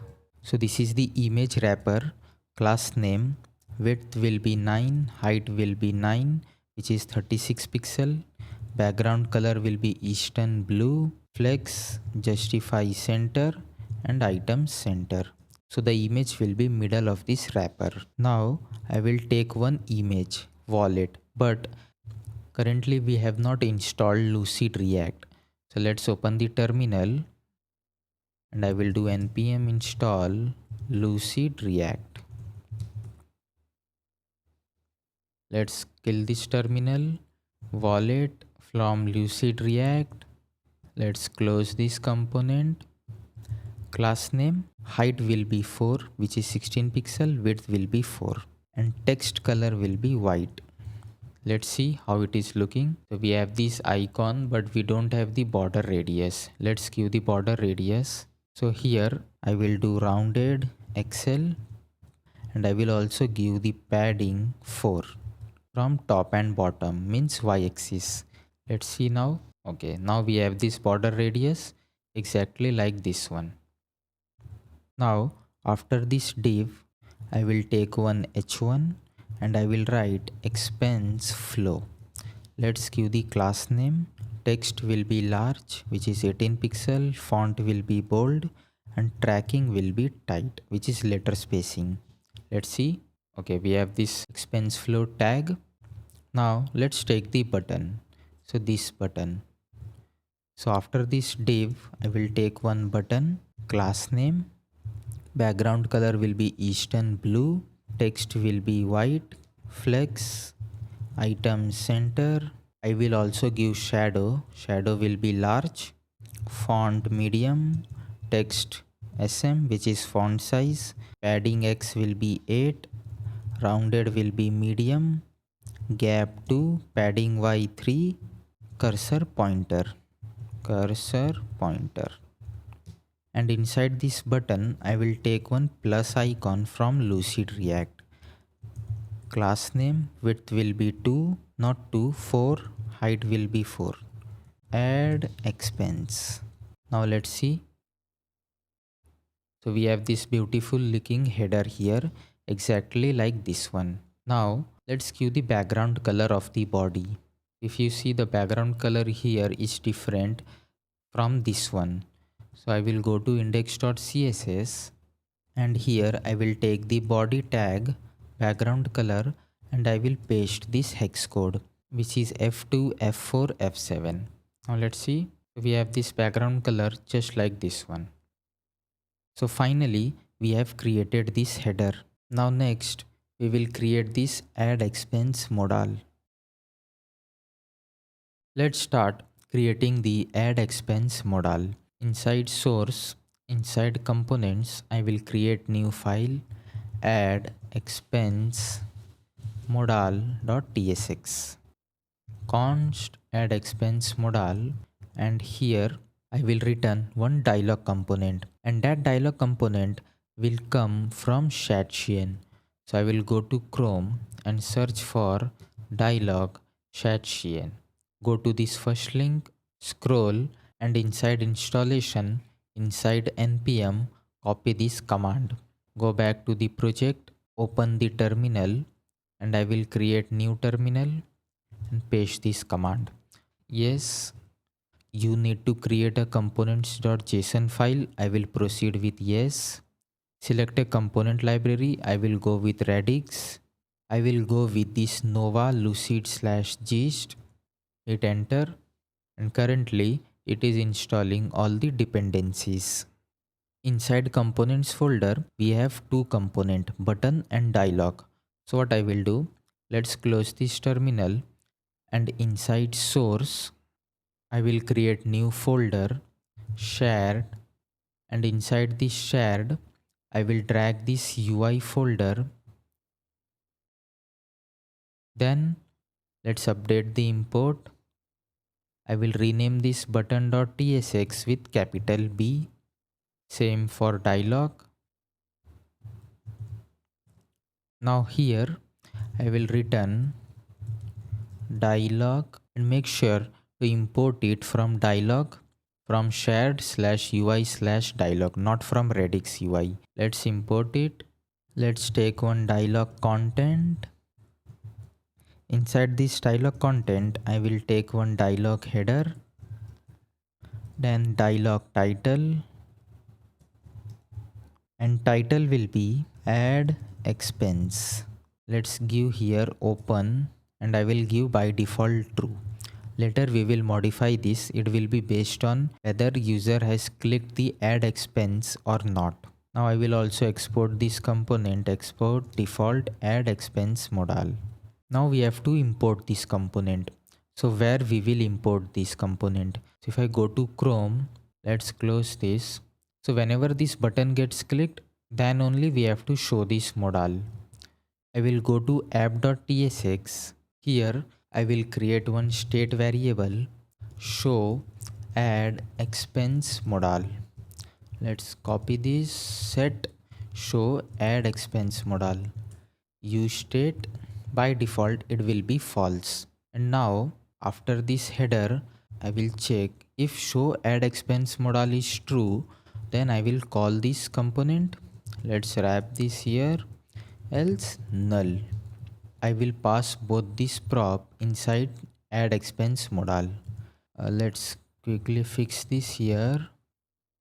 Set show add expense modal. I will remove this comma. So we are passing two props, show add expense modal and set show add expense modal. Now we have to also accept this component, not component, props. I will do show add expense modal, set show expense modal, and I will create one interface, add expense modal props. Let's copy this. It will be a boolean, set show expense modal. It will be a function in which it will accept one parameter open of type boolean and return will be void. Let's give the type here. Now we are getting this warning, all destructured elements are unused. So I will copy this, paste it here, and for set show add expense modal, I will create one function on open change, and inside this function I will set it to false. Copy this function on open change and I will pass this function here. Now let's see. Okay, so we are getting this error, failed to resolve import. Let's check it out. So I will go inside dialog. Okay, so we are getting this error. Let me remove this and I will re-import this component. Now let's see. Now the error is gone. Let's click this button. Okay, so the modal is not opening here. Let's go back. Let's close this dialog. Go to header.tsx. And inside this button click, we have to add on click handler and we have to set this boolean value to true. So what I will do, I will pass this function here. Go to header component and inside this button, I will add on click. And here I will set this value to true. Let's import this here. Let's give the type. It will be a function, open boolean, and return type will be void. Let's hit save here. Let's go back, and if I click this button, now we have this add expense modal, and if I click close, it is getting closed as well, and if I click outside, it is getting closed. Now we have to create the form. So if I go here, so you can see we have the title, amount, date, category, add expense button. Now let's create the form. So I will go back and inside source, inside components, go to add expense modal, and after dialog header, I will take one form. And for form, we are going to use this library React hook form. So if I go to the npm package, so basically we will use this library to create our form. This allows us very easily to add error handling, to submit the form data, and it provides bunch of features that we can use in our app. And it is a very popular library to deal with forms. So I will go back, open terminal, I will install React hook form. Let's kill this terminal. Now inside this form, I will take one div, class name flex, flex will be column, gap will be 4. And inside this div, I will take one more div, class name flex, flex column, and gap 2. And here I will take one label, first will be title. Let's give the class name, text will be small, font will be medium, and leading will be none. Let's see. If I click this button, so we have this title label like this one. Now let's take the input, and for input we are going to use Shadchian input. So if I go to Chrome and search for input Shadchian, go to this first link, and here I will copy this npm command, go to Visual Studio Code, open terminal, new terminal, and I will install this input package. So it added one input.tsx component inside components. So what I will do, I will first rename this input with capital I and move this inside shared inside UI. Let's delete this UI folder, and here I will do input from share/input And also let's go inside this dialog. We are getting one error here. Let's do this capital B here. Now the error is gone. And inside this file, let's do capital D. Okay. Placeholder, coffee, groceries, etc. Let's see. Okay, so we have this input component here. Now let's give the width to this dialog. So what I will do, inside this dialog content, I will give max width medium, and also inside app.tsx I will give this div as mean edge screen, which is 100 vh minimum height for our application. Let's save it. Now let's see. I will refresh the page. Okay, so the width is not working. Let's see. To fix the width, go to this dialog component and search for max width SM and replace the small with large. And we are changing this tailwind CSS inside this dialog content. Now let's see. Now the width is increased, just like this one. So let's continue building this modal. I will go back, go to add expense modal component, and then we need to add on change for this input.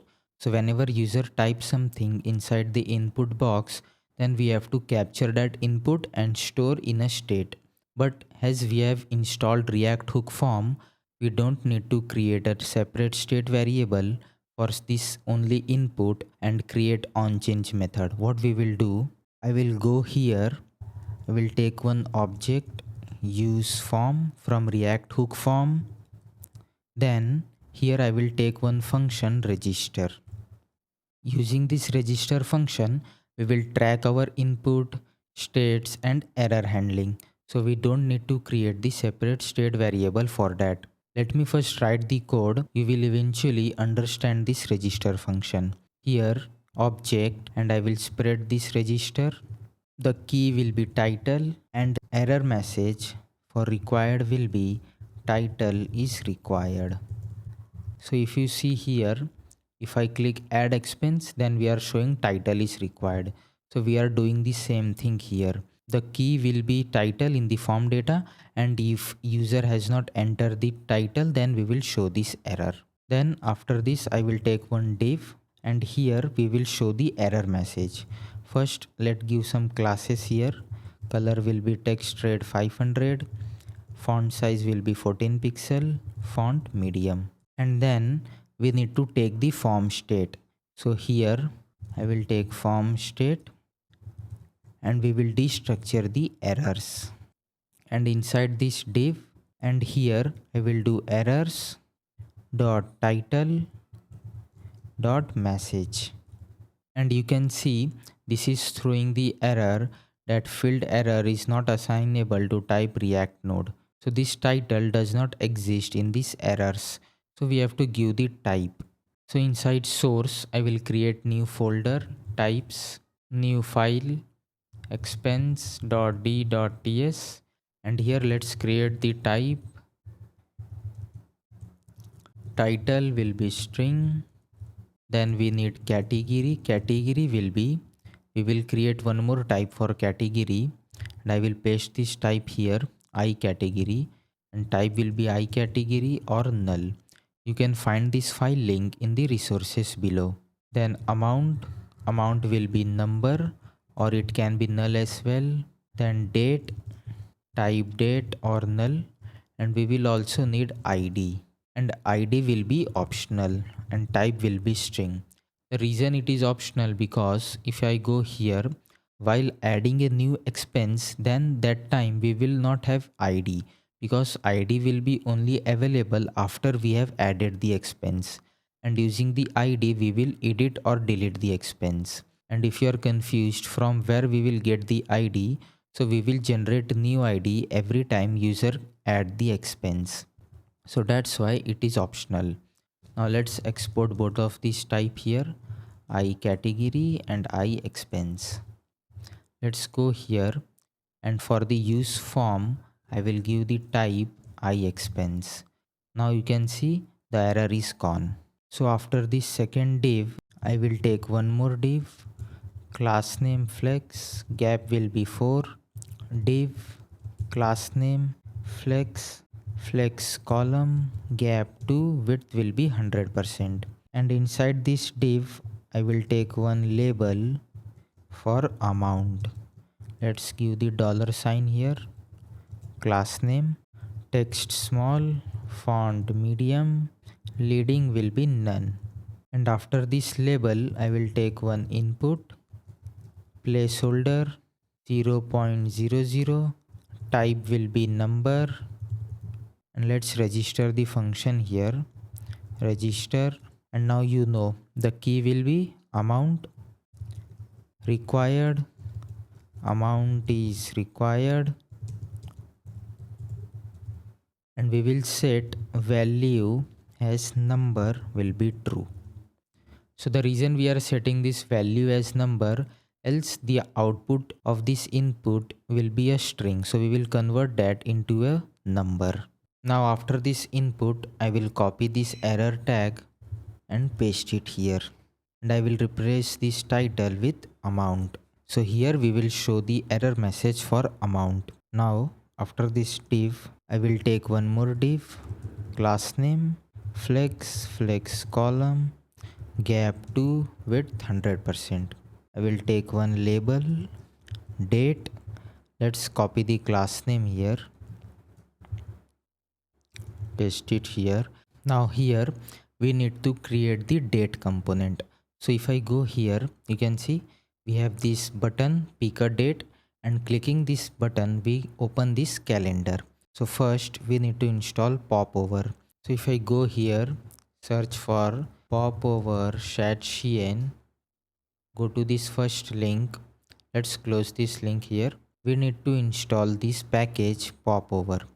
So if I click this open popover, you can see we are opening this popover, and inside this we have some dimensions, width, max width.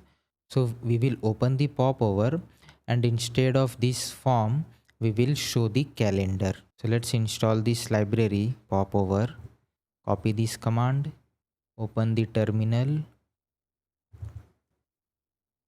Yes, we need to install button as well.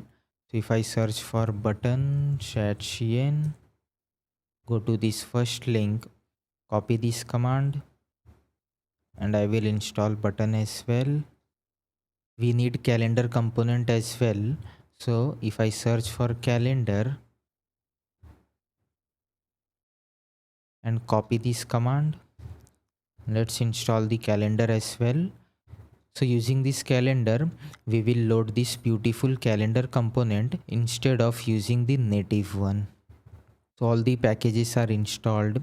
Let's close this terminal, and inside UI, first I will rename this with uppercase. Yes, calendar, popover. Let's hit save here. Okay, it is throwing warning. First let's move these components inside UI. Okay, we already installed button. Let me delete this component. You can see we have the button component here. Let me move this to file here.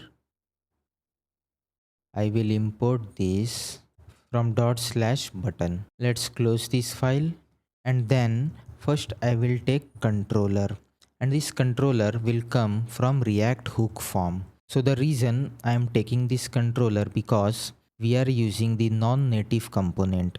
What I mean by that, let me go here, let me close this. So you can see this both input component is a native component. So by default, this input component uses this, you can see this HTML input.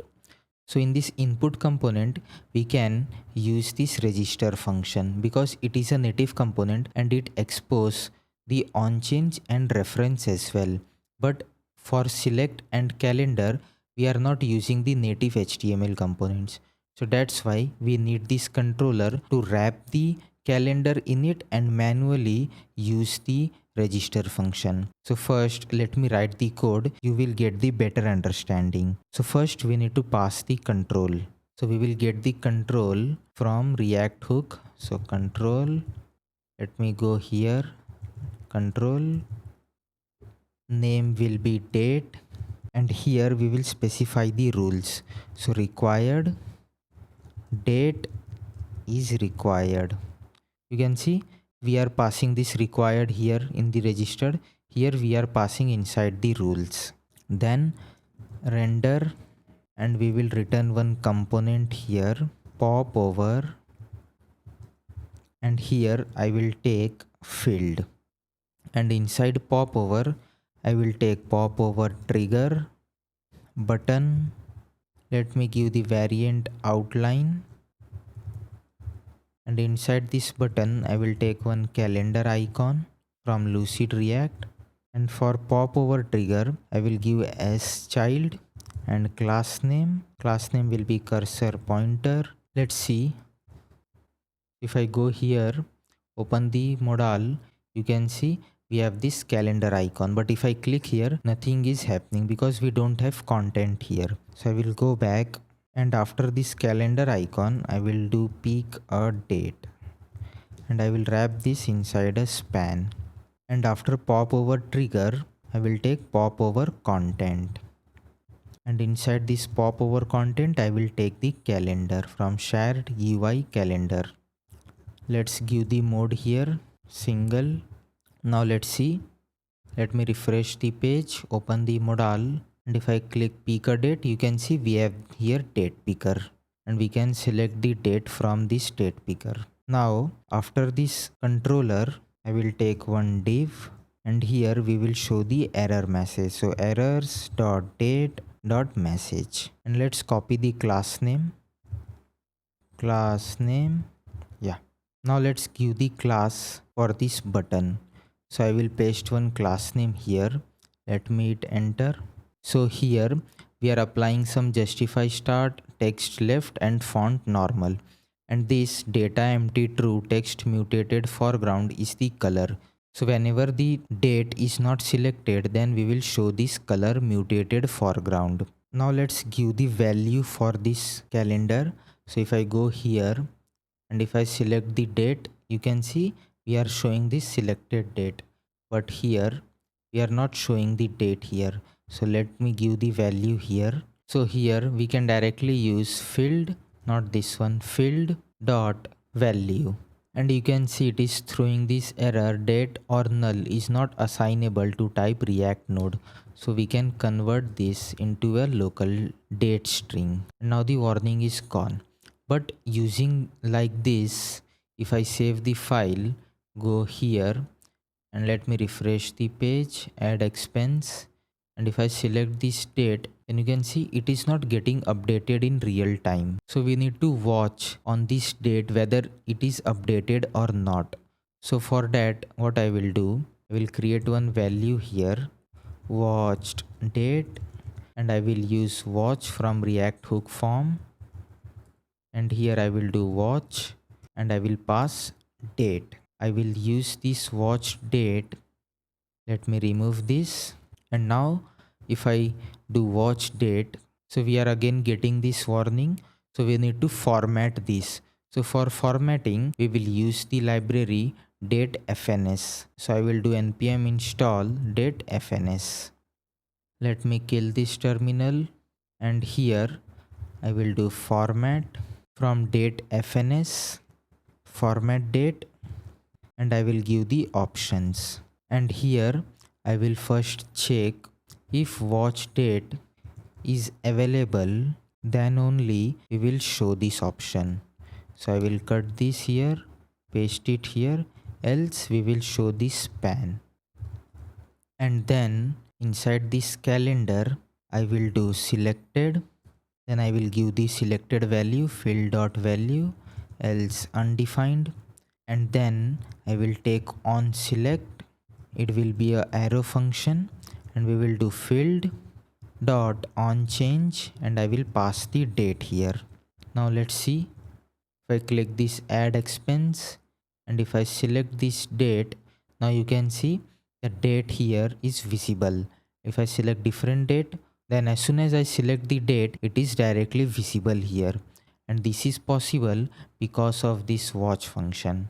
And you can ignore this warning because currently it is telling this API returns functions which cannot be memoized without leading to stale UI. So React compiler will not memoize this function, because if it is memoized then we will get the stale data. We will not get the real time data. Now let's fix this calendar UI. So if I go here, you can see we don't have white spaces, but here we have. So let's fix this. So I will go here inside popover, and inside popover content, class name, width will be auto and padding will be 0. Now let's see. Now the white spaces are gone. Now let's take the category.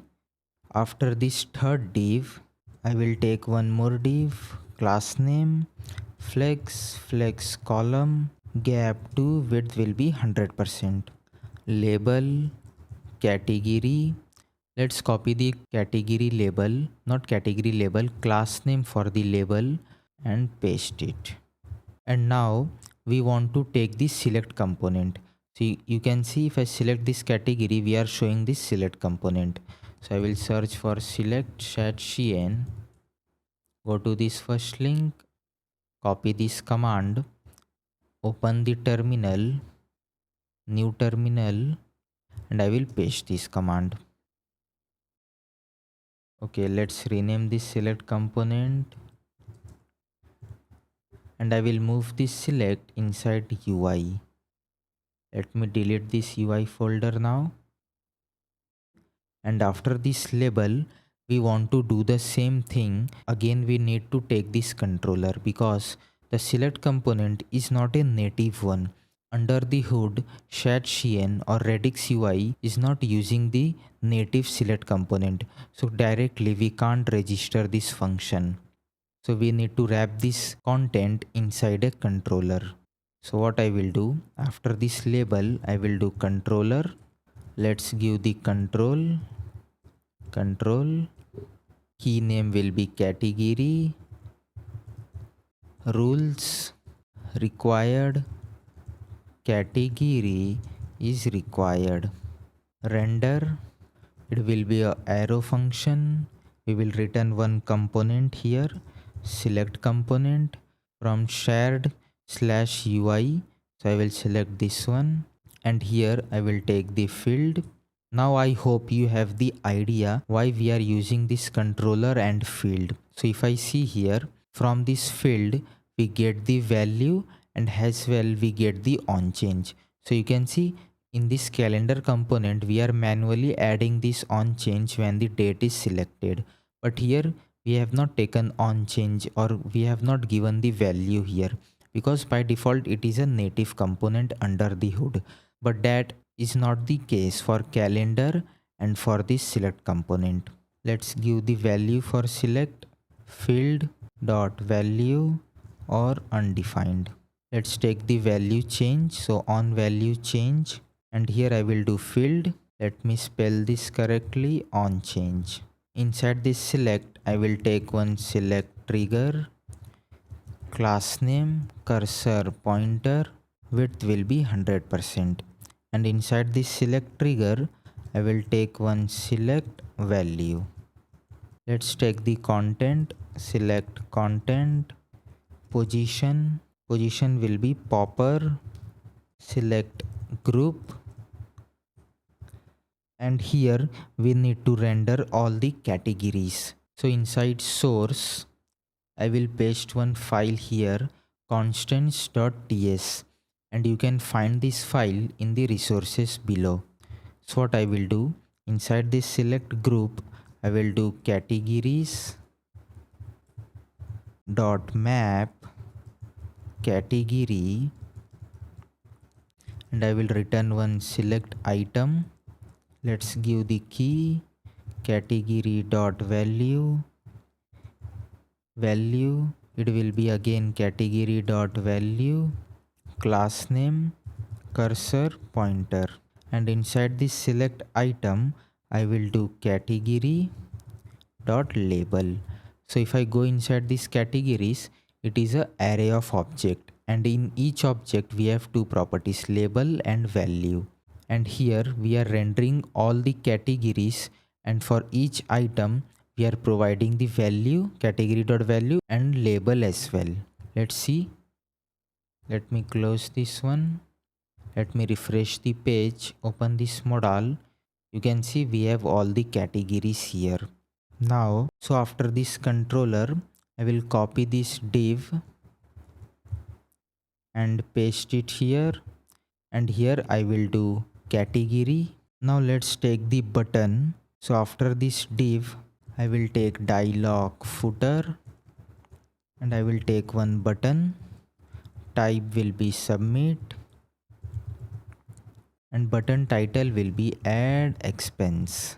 Let's give the class name. Background color will be Eastern blue.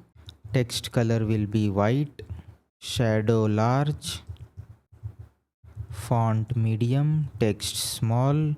Padding X will be 8. Rounded MD. Gap 2. Padding Y will be 3. Cursor pointer. Width will be 100%. Margin top will be 8. Let's see this button. So we have this add expense, just like this one. Now let's fix some couple of things here. You can see here the gap is very less, but here we have more gap, and also we have this divider here. Let's remove this divider and this background color as well. Let's fix this style for this modal. So I will go inside source, shared, go to dialog component, and here inside this dialog primitive.content, scroll right, and we have to give padding. So here somewhere there should be padding 4. You can see here we have this padding 4. So I will give padding as 6, 24 pixel. Then if I go here, we have more padding, and then we have to remove this background color and this border top. So go to footer, search for footer, and inside this component dialog footer, remove these both properties, background mutated 50 and border top. And if I go here, now we have the transparent background, just like this one. Now let's fix this style picker date. You can see currently it is a dark black, but here we have this grayish color. So let's fix this. So I will go back, and inside components go to add expense modal and find the button. So this one, and here I will do data empty, and I will pass the watch date. Now let's see. So you can see now the color is some grayish. Now let's decrease the margin top here. So I will go back, go to submit button, add expense, and here I will do margin top as 6. Now let's see. Now it's fine. Now let's change this add expense to new expense. So I will go here on top, and I will write new expense, just like this one. Now let's add the expense. So if I go here, and if I let's say type test, amount 10, date 20, category education, add expense. So you can see as soon as I add the expense is visible here, and we also have this filter. So let's first build these recent transactions and this expense card. So I will go back here, go back to the code. Let's create one function on submit. Let's give the type here. So it will be a submit handler from React hook form, and type will be iExpense. And inside this on submit, I will call one function. Let me add to do here first, handle add expense, and here I will pass the data, and we will get the data from this function iExpense. Let's take the handle submit. So from this React hook form, I will take one handle submit, and whenever user click that submit button, what I will do, I will take on submit, and I will call this handle submit and pass on submit here. So on submit is this function, and we are calling this handle submit from React hook form. So this will pass the form data inside this function. Now we have to create this function handle add expense. So this is the modal, and we want to show the data after modal is closed. So we have to show the data in the page. So what I will do, go to app.tsx, and here I will create one state variable expenses, set expenses use state. Let's give the type here. Type will be iExpense empty array, and then I will create this function handle add expense. So I will copy this function handle add expense, and here we will get the form data of type iExpense, and here I will add set expenses previous. I will return one array previous and this form data. But here as soon as we add expense, we need to also generate UUID. So what I will do, I will install one package here, npm install nanoid, close the terminal, and here I will take one object, I will spread this form data, and I will create one ID here. So it will be nanoid. So the autocomplete is not working here. I will import it manually. Import nanoid from nanoid, and then I will close the modal. So set show add expense modal will be false. Let's pass this handle add expense. Go to this component, and here we will take this function. Let's add inside this props type form data. Type will be iExpense. Return type will be void, and then I will call this handle add expense here and pass the form data. So you can see we are calling this function passing the form data, and here inside handle expense we will receive the form data, and we will add this form data inside our expenses state. And if I print this expenses, let's see. Let me refresh the page, open network tab. Currently it is empty, but let me add one expense here. Add. So you can see inside this array we have one object. The amount is 10, which is correct. Category is shopping, which is also correct. The date is March 11 that we selected, and you can see here we have this ID, and every time we generate this unique ID using nanoid package, and the title is test. We need this ID while editing and deleting this expense. Now let's create this expense card. So I will go back, go to source app.tsx. Let's remove this console.log, and after this header I will take one main tag, class name, will give the max width as 7xl, margin auto, padding x will be 6 and padding y will be 8. And inside this main tag, first if you see here the structure of this main application, first we have the stats card, then in the left side we have this chart and top categories, and in the right side we have this recent transactions, filters, and the expense list. So here we will render stats card. So I will add the comment as stats cards. After the stats card I will take one div, class name, it will be a grid container, grid, column will be 3, margin top will be 8, margin auto, and gap will be 8. Inside this div I will take one more div, class name, flex, flex column, gap will be 6. And inside this div we will render, I will just write this inside this span expense chart, and after expense chart we will show top categories. Later we will implement this, like we will create new components for both of them.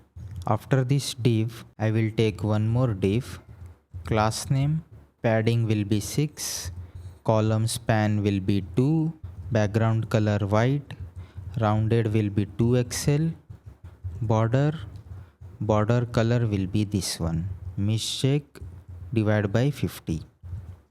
And inside this div, first I will check if expenses dot length exist, means expense length is greater than 0, then we will show this, else we will show this div. And inside this div, you can see if I refresh the page, we have no expenses yet, and add your first expense to get started. So currently we are creating that div. I will take one p tag here. Let's copy the text, no expenses yet. Let's give the class name, text center, and text color will be storm gray. Let's give the class name, text large. I will take one more p tag, and here I will write this text, add your first expense to get started, and font size will be SM. Let's see how it is looking now. Okay, we have this no expenses yet, add your first expense to get started. Now let's create this list. So let me add one expense here. Let's say coffee, $5, pick a date, let's say 28 March, category food, add expense. First, let's take these recent transactions. So after this frame tag, I will take one h1, recent transactions, class name, text SM, font semi-bold, uppercase, tracking will be wider, text color will be storm gray, margin bottom 5. After this h1, if you see here, after this h1 we have this category filter. So for now I will just add one comment, category filter. So this is a placeholder. Later we will come here and create this category filter component. Now let's create the expense list component. So inside components, I will create new file, expense list.tsx, const expense list, and here I will just return one div first, expense list. Let me correct this div, export default expense list, and inside app.tsx I will call this expense list, and let's pass the expenses. Expenses will be this expenses. Let's accept this prop here, expenses. Let's give the type expenses. It will be a type of iExpense of array. Now let's see how it is looking now. Let me refresh the page. Okay, currently it is showing no expenses. Let me add one expense here, coffee, $5, date, let's say 30 March, category food, add expense. Now you can see we have this recent transactions and this expense list text. Let's create the expense list component. So I will give class name here, flex column, and gap will be 3. Let's remove this expense list, and I will do expenses dot map. We will take each expense here, and I will return one div. Let me close this div here. Key will be expense dot id, and for this div I will paste this class name here. So we are just giving some flex, centers, some border radius, some hovers, and width is 100%. And inside this div I will take one more div. Let me close this div. Class name flex, gap will be 2, items center, and inside this div I will take one p tag, and here we will show expense dot category. If expense dot category exists, then I will do category icon, and I will pass the expense dot category, else null. So if I go inside category icon, you can see for each category we are showing the icon. If I go here, you can see we have this icon. Let me close this, and if category does not exist, then we will pass null. But each time category will exist because we are looping through expenses and category is a required field. But if I remove this condition, you can see it will throw error. That category can be null as well because we have added null inside this iExpense type. So that's why I am adding this condition. Let's give class name here. Height will be 10, width will be 10, rounded XL, background color will be Athens gray, text large, flex, justify center, items center. After this p tag, I will take one more div, and inside this div I will take h3, and here I will show expense.title. Let's give the class name here. Font will be medium, and I will add this truncate class, so it will prevent the overflow text. After this h3, I will take one p tag, and here I will show the category, and then I will show the date. So expense dot date dot to local date string. Let's give the class name here. Text sm, text storm gray, and capitalize. Let's see. So if I go here, so we have this category icon. This icon is based on the category I selected while adding this expense. We have this title, then category text and date as well. This is looking exactly like this one. Now let's show this price and then edit and delete functionality. Let's go back, and after this div I will take one more div. Let me close this div. Class name flex gap will be 8, and inside this div I will take one p tag, $, expense dot amount, and I will add 2 fixed, and we will show only 2 decimal point. Class name font will be semi bold, text will be large, and I will also add tabular nums. So if you are not sure what is this tabular num, so if I copy this tabular nums, go to Tailwind.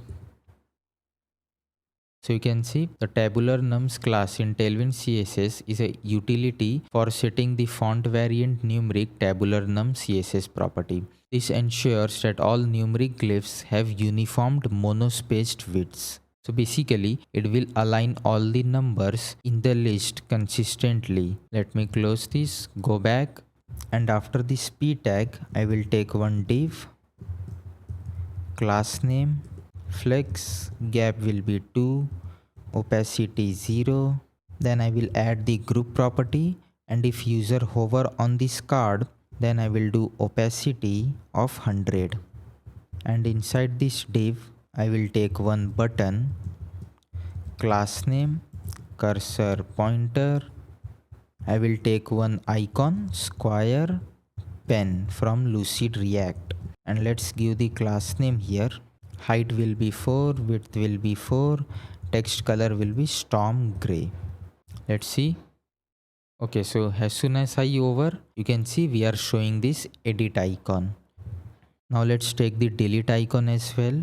So after this button I will take one more button, class name cursor pointer, and here I will take the trash 2 icon from Lucid React. Class name text red 500, height will be 4, width will be 4. Okay, let me correct this. Let's see. So you can see we have this edit and delete icon.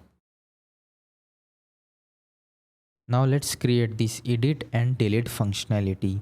So I will go back, go to the top, and here I will create one function handle edit expense click. It will be a arrow function, and here we will get the expense of type iExpense, and then I will copy this function, go to this button on click handler, and here I will call this function and pass the expense. So we are passing this expense that we are mapping through this expenses state. So each time we click on any of the expense, that expense will get passed inside this function signature. Let's see how delete functionality is working here. So if I click edit, first it is opening this add modal. We are passing all the state, for example title, amount, date, category, and we are also updating this modal title and this button title. And let's say if I do coffee test, update expense, it immediately updates the expense. So let's implement the same here. So first inside this app.tsx, I will create one state variable, edited expense, set edited expense. It will be a use state.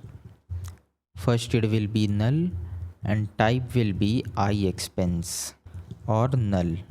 And then inside this expense list, I will pass set edited expense. So here set edited expense, and then I will also pass this set show add expense modal to open the expense modal.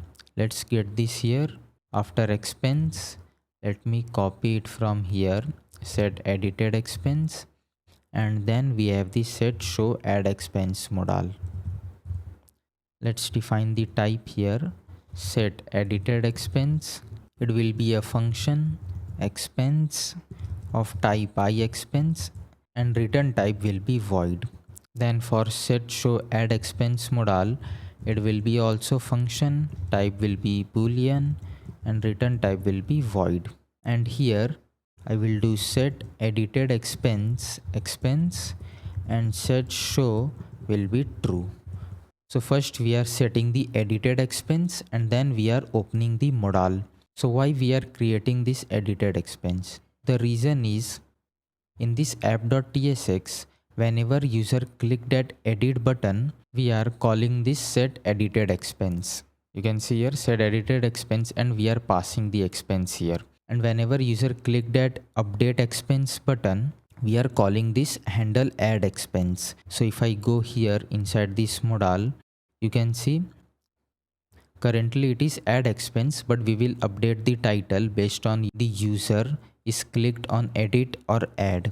So every time if add expense is clicked or edit expense is clicked, we are calling this submit handler. So basically this one, handle submit, and this handle submit, inside this handle submit, we are calling this on submit, and then we are calling this handle add expense which exists in this component. So what we will do here, we will check if edited expense exists, else we will do the normal flow. But if edited expense is exist, that means user is updating the expense. So I will do set expenses, I will take the previous and then I will map through the expense dot id triple equals to edited expense dot id. If that exists, then I will do form data, else I will do expense. So what we are doing here, we are mapping through all the expenses previous dot map, and we are checking each expense whether the id is equal or not. If it is equal, then we will update the expense with this form data that user has typed, else we will return this expense that is already there in the expenses list. Let's see if edit functionality is working or not. So I will refresh the page, add expense, let's say test $5, date let's say 27, category transport, add. Let me click edit. Okay, so we are not passing the data, but let me update it, test to $1 to education, add. So you can see the expense is updated. Previously it was test and transport. Now the category and title and date are updated. Now as soon as this click button gets pressed, we need to pass the existing expense data. So for that I will go back, go to add expense modal, and here inside this use form we need to set the default value.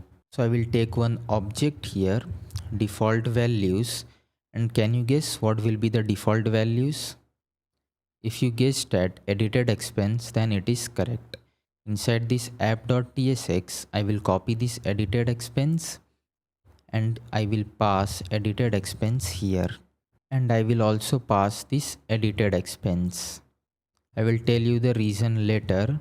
Let me pass it first. Let's go back here. I will take edited expense and then set edited expense. Let's give the type here.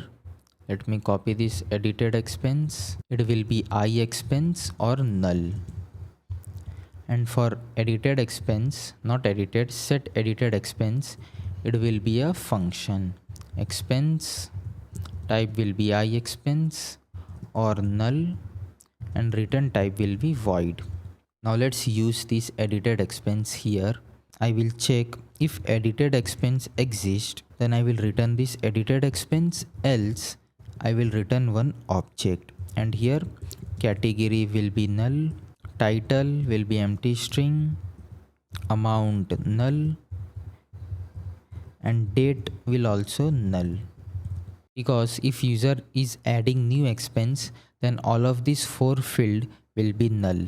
Now let's create couple of variables here. So I will move this variable before on open change, and here I will first take dialog title, and we are not going to use here use memo hook. We are directly will do edited expense. If it exists, then I will do update expense, else new expense. React compiler will automatically memoize this variable. Then I will do dialog button, title, edited expense. If it exists, then I will do update expense, else add expense. And here dialog title, I will use this dialog title, and inside the button, this submit button, I will do dialog button title. And then we need to use this set edited expense. So we will call this function in on open change. So I will do set edited expense to null. So later I will tell you the reason why I am adding this null here. First let's test it out. So I will refresh the page, add expense, test, amount $5, date 27, category education, add expense. Now let's edit it. You can see we are passing the data, and I will do to add expense. Let's add one more expense here, test, amount $6, category bills, date let's say 4th April, add. And the reason I am passing this edited expense, let me comment this code.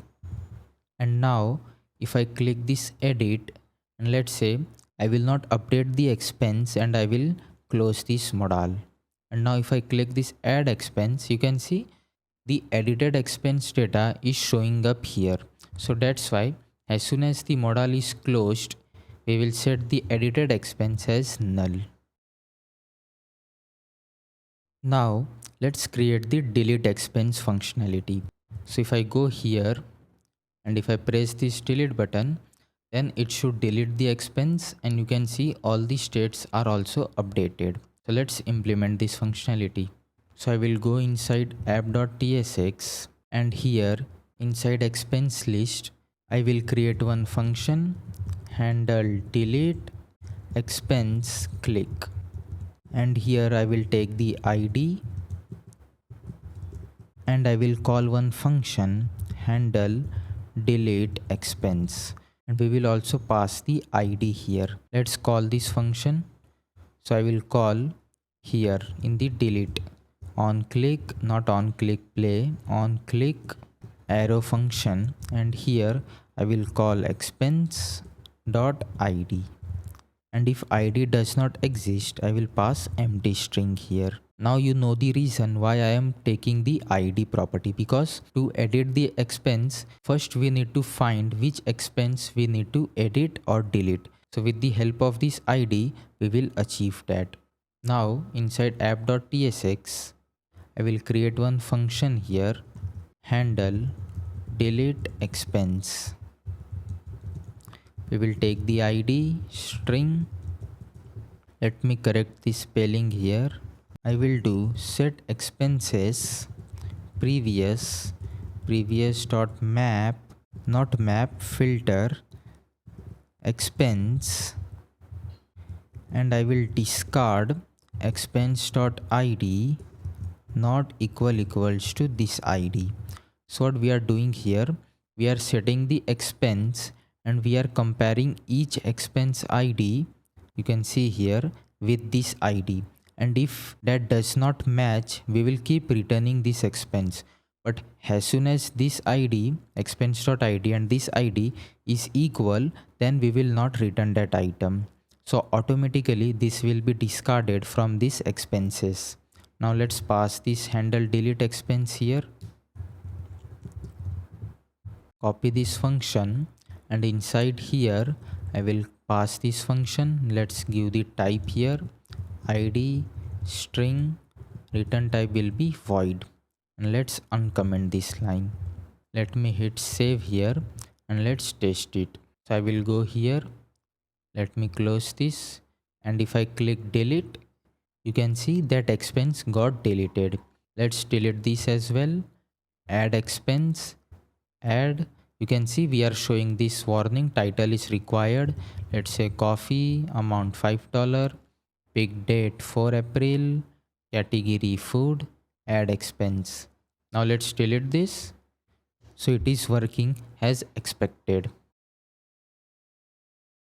Now let's create this category filter. So you can see I have two expense here and the category is food and education. So if I click food, you can see the expense is filtered by this food category. If I do transport, we don't have any category for that. If I click all, we will show all the expense here. If I click education, then we have this study. So let's create this category filter. So I will go to VS Code, inside source components, I will create new file, category filter.tsx, const category filter. I will return one div, class name, flex wrap, gap 2, margin bottom 5, and inside this div I will create one options. So here const options, it will be a array. First I will spread the categories, and you can see inside these categories we will show all the categories of the expense, food, transport, shopping, and so on. But you can see here we don't have that all filter, so we will manually add it here. I will do label all with capital A and value will be all. And here inside this div I will do options.map. He will get the option here, and I will return one button. Let's give the key option.value, and inside this button I will take one span. I will do category icon and I will pass the value, and you can see it is throwing this error, element implicitly as any type. Let's cast this here. So I will do value as I category. Let's destructure this value and label, and after this span I will do label. Let me remove this. We can directly destructure and use it instead of writing dot. Let's give the class name for this button. So I will use CLSX. Let me wrap this inside curly braces, CLSX, and here I will paste these classes. Let me hit enter here. So the reason I am using CLSX, because if I go here and if I select this, you can see we are changing the background color. So we need to conditionally add CSS classes. So with the help of this CLSX, we will achieve that. First, let's export this component, export default category filter, and let's go to app.tsx, and here before expense list, I will call category filter. Let's see how it is looking now. Let me add one expense here quickly. You can see we have this category filters, but if I click on any category, nothing is happening here because we have not added any functionality yet. So let's do that. So here on the top, I will create one state variable, category filter, set category filter. It will be a use state and the default value will be all. And then I will pass set category filter, set category filter, and category filter as well. Category filter. Let's receive this prop here. Category filter and set category filter. Let's give the type.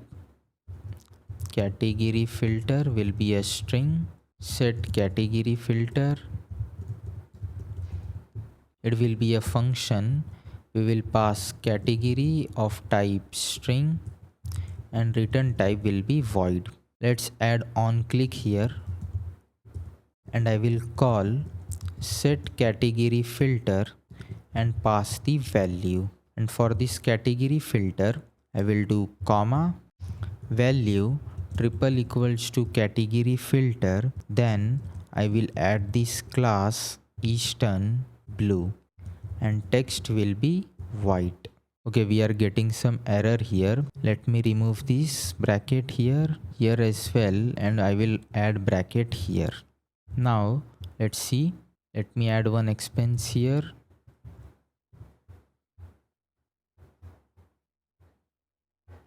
And if I click on this transport, you can see we are changing the background color. Let's add the filter functionality. So I will go to app.tsx and here we are mapping through expenses. So what I will do, I will create one variable here, const filtered expenses, and I will check if category filter is all, then I will return the expenses as it is, else I will do expenses dot filter expense dot category triple equals to category filter, and then I will use this filtered expense here instead of expenses. So what we are doing here, we are checking if the category filter is all, and that's the default value for category filter. Then we will return the expenses as it is, else if it is not all, that means user have selected something in the category filter.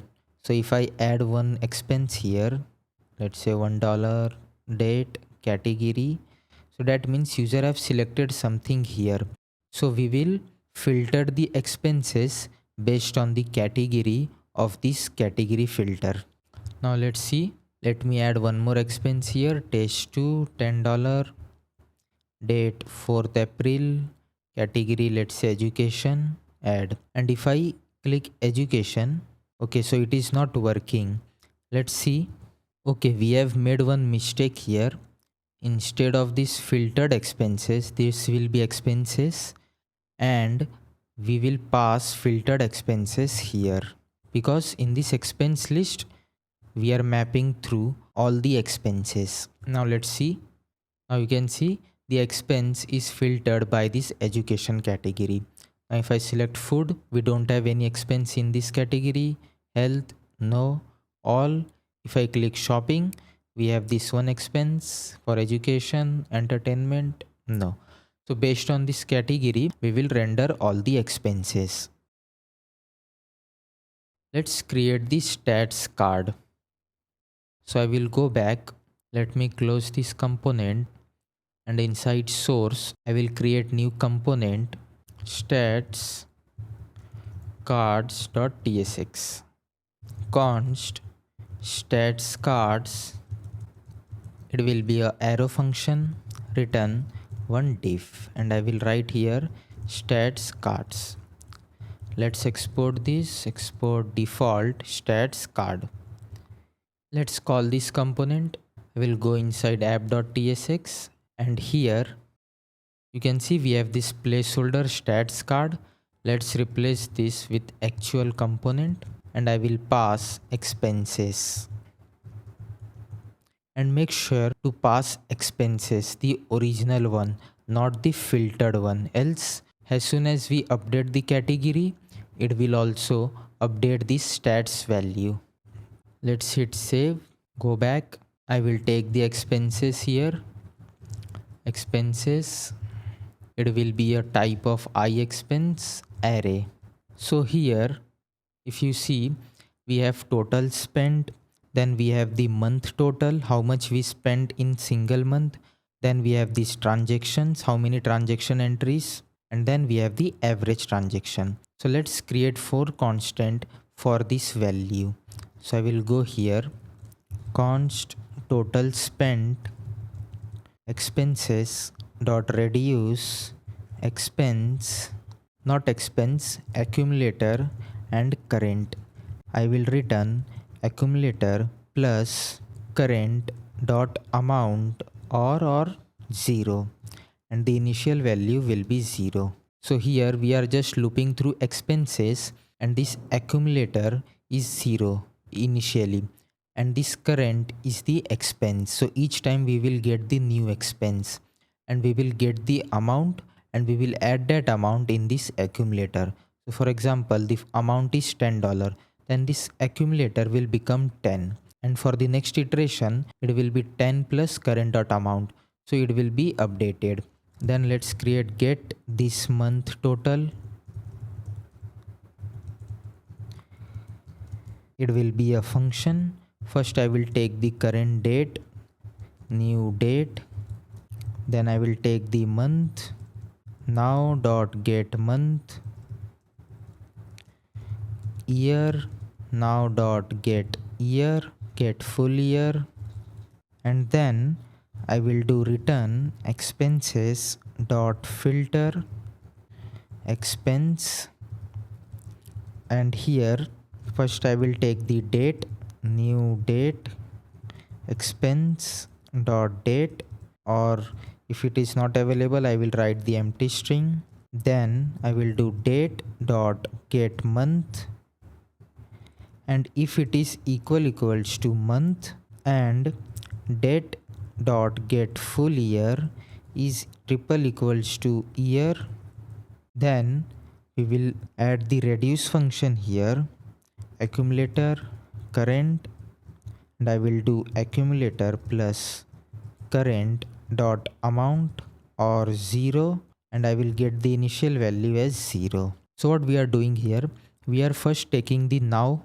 which is the current time, then we are taking the current month, then we are taking the current year, and we are filtering through these expenses, and we are taking the date that user has selected while adding the new expense, and we are comparing this date, you can see date dot get month with this now, which is current month, and we are comparing the year as well, and if it is true then only we will return this expense, and after that we will take the current transaction, means this month transaction, and we will then use this reduce function same like this to add all the amount, and then we will finally return the total amount for this month. Now let's take the average transaction here, average transaction expenses dot length, if it is greater than 0 then I will do total spent divide by expenses dot length, else 0, not string, else 0. So average transaction is pretty simple here. If the expenses is exist, means we have 1 or 2 expenses, then we will do total, how much we have spent total, and we will divide that with the expense dot length size. Now let's create this for card.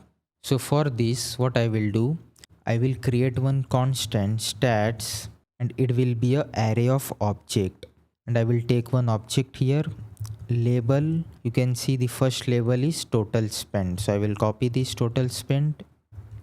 Then icon, you can see for each card we have label and icon, and here for total spent icon will be $sign. Then value will be total spent. Sub means description will be all time, subtitle, and accent will be true. So the reason I am creating this as array of object, because I can simply loop through the stats and I can return this single card instead of copying this card and pasting it 4 times. And this accent will be used to decide the background color for the card. You can see this month card background color is white, but here this is a Eastern blue. So based on the accent we will change the background color. Now let's do the same for this 3 card as well. So I will copy this total spent, replace this with this month, icon will be trending up, value will be get this month total. Let's copy this current period, and accent will be false because we only want background color for this total spent. Let's copy this. Label will be transactions, icon will be receipt, value will be expenses dot length. Let's copy the description, transactions. This is the total transactions that we did. Let's copy it again. Label will be average transaction, icon will be arrow right, and value will be average transaction. Let's copy this description per entry. Now let's use the stats. So what I will do here, stats dot map stat, and here I will return one div. Let's give the class name for this parent div. It will be grid column 2 large, grid column 4, gap will be 4. So if it is smaller screen size, then we will do column 2, else it will be 4 column for larger screen size. And here we will restructure all the value. For example, label, icon, I will rename this as icon, value, sub, accent, and I will also take the index. Let's give the key as index, class name, background color will be white, rounded 2xl, padding will be 5. But I will use cn function here. So I will cut this, take curly brace and call this cn, and I will paste it here.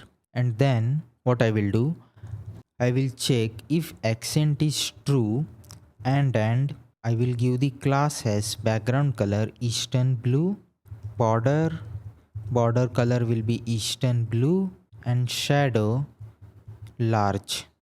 So the reason I am using this cn function to override the tailwind class. So if you see here, we have given the background color as white, and for the stat that has accent true, we need background color Eastern blue. So this will override this background white with Eastern blue based on this accent value. Let's take one more div here, class name, flex, item center, justify center, margin bottom will be 3, which is 12 pixel. I will take one span here. Again I will do the class name as cn, uppercase, text will be extra small, font medium, tracking wider, text color will be text white divided by 70. Let's make this as one line here, and then I will check if accent is false, then I will change the text color as storm gray, and inside this span I will render the label. After this I will take one div, class name, height will be 8, width will be 8, rounded large, background color will be white, divide by 15, flex, item center, justify center, and inside this div I will render the icon, and here as well I will use cn. So I will cut this, take one cn here. Let me make this on a single line, and after this class I will check if accent is false, then I will change the background color as Athens gray. Let's give the class name cn, height will be 4, width will be 4, text will be white, divide by 80. And here as well I will check if accent is false, then I will change the text color as text storm gray. And then after this div I will take one h1, class name cn, text size will be 2xl, font bold, font mono, which is the font family, tabular nums, text color will be white. And then I will check if accent is false, then override the text color will be mirage. And inside this h1 I will take one dollar symbol, and I will do value dot to local string. Let's give the code as enus object, and we want minimum fraction digits to be 2. After this h1 I will take one span tag, and here we will render the subtitle. Let's give the class name here cn, margin top will be 1, font size will be extra small, text white. So let me write this correctly, text white divided by 50. And again I will check if accent is false, then the text color will be storm gray. Now let's check this component. Let's go here. Okay, so we have this 4 card. The styling is not correct here, we will fix this, but all the cards are visible. And if I count the total, you can see 10 plus 1 is $11. This value is correct. This month $1. So you can see this is March, and in March we have spent $1. Total transaction is 2 and average transaction is 5.50, which is correct. Now let's fix this style here. So I will go here, and here I have given justify center. I will replace this with justify between. Now let's see. Now it is coming correctly. I have refreshed the page. Let me add some expense here. Test $10, category education, picker date 17, add. You can see as soon as I add, all the values are updated. Now let's create this pending breakdown chart. So for this we are going to use one library, Highcharts npm. So you can visit this npm package page, and we are going to use this library to render our chart. So let's install this. I will open new terminal, npm install Highcharts. In this project we are using this Highcharts. In the admin dashboard project we are going to use Recharts. So you will have a knowledge on how to use different library to render the chart. Let me close this terminal, and inside source components I will create new file, expense chart.tsx, const expense chart. Let's export this, export default expense chart, and here I will return one div expense chart. First let's call this component. So I will go inside app.tsx, and you can see we have this span here. So I will cut this, and I will call this expense chart. Let's pass the expenses. Let's copy this, go inside expense chart, expenses, type will be iExpense. Let's remove this, and I will give class name, background color will be white, rounded will be 2xl, and padding will be 6, from all 4 sides 24 pixel. I will take one more div, class name flex, items center, gap will be 2, and margin bottom will be 5. Here I will take one icon trending up from Lucid React. Let's give the class name, height will be 4, width will be 4, and text color will be storm gray. One h2. Here I will write spending breakdown. So currently we are creating this h2 and this icon. Let's hit save. Class name text small, font semi bold, uppercase, tracking will be wider, text color will be storm gray. Let's see. So I will go here. Okay, we have this spending breakdown, this card, and this trending up logo. Also, let's change this title to expense flow. So I will go inside index.html and here I will write expense flow. Let's see. Now it is exactly like this one. Let me close this. Now we need to create the pie data. So you can see here we are rendering this pie chart. So for this, first we need to create the data.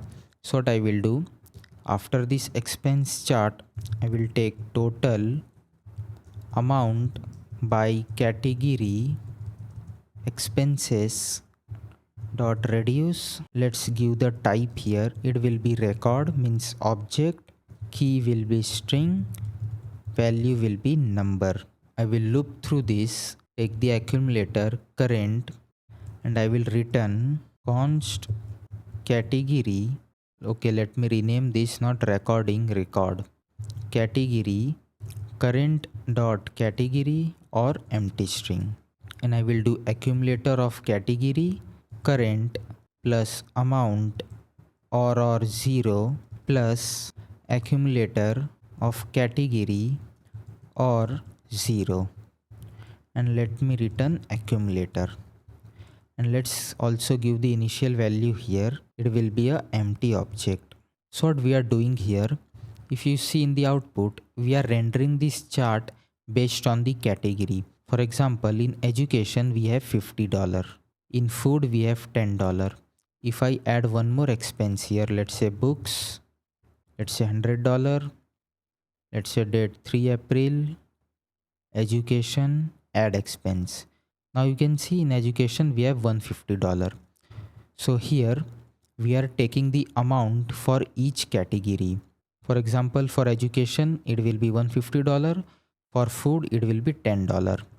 So we are creating one object, the key will be category, for example education, and the value will be total amount for this category. So that's why first we are taking this category and it will be accumulator of category, which is education, current plus amount plus accumulator of category. So first it will be 0 because accumulator of category does not exist. 0 plus amount, and in each iteration we will keep adding the amount for the category. Now let's create the pie data.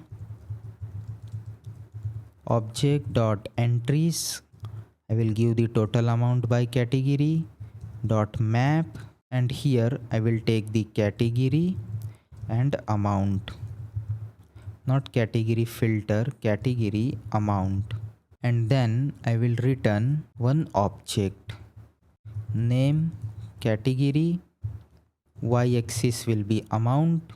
Now I will create the options.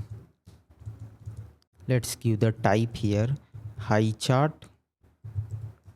Okay, it is not asking, let me import this manually. Highcharts from Highcharts. Let me copy this. Highcharts dot options, it will be a object title. I will keep this as empty string. Then I will do credits, enabled false, tooltip, point format, it will be a bold. So I will take one bold tag here. Value will be point.y. Then series, it will be a array. Type, I want pie chart. You can see there are very different types of charts available here. You can play around with it. I will go with pie data. It will be pie data that we created here. Now our data is created. Now we need to use these options. Here I have used minimum options, but you can play around with it and you can create more complex chart as you want. Let's use these options. So I will go here, and after this div I will check if py_data.length exists. Then I will return Highcharts. Let me import this correctly. Highcharts, and it will be Highcharts options else. Here I will return one div, no data yet. So if the expenses array is empty, then we will not render the pie chart, we will simply return no data yet. Class name flex, height will be 50, text color will be storm gray, item center, justify center, font size will be SM. Okay, this is throwing error. We need to write React, and we have not installed one more library, which is Highcharts React official. So I will go to this npm package, copy this command, open terminal, new terminal, and install this Highcharts React official. We need this library to render the chart. Now I will import this. Okay, so the autocomplete is not working. I will import this manually.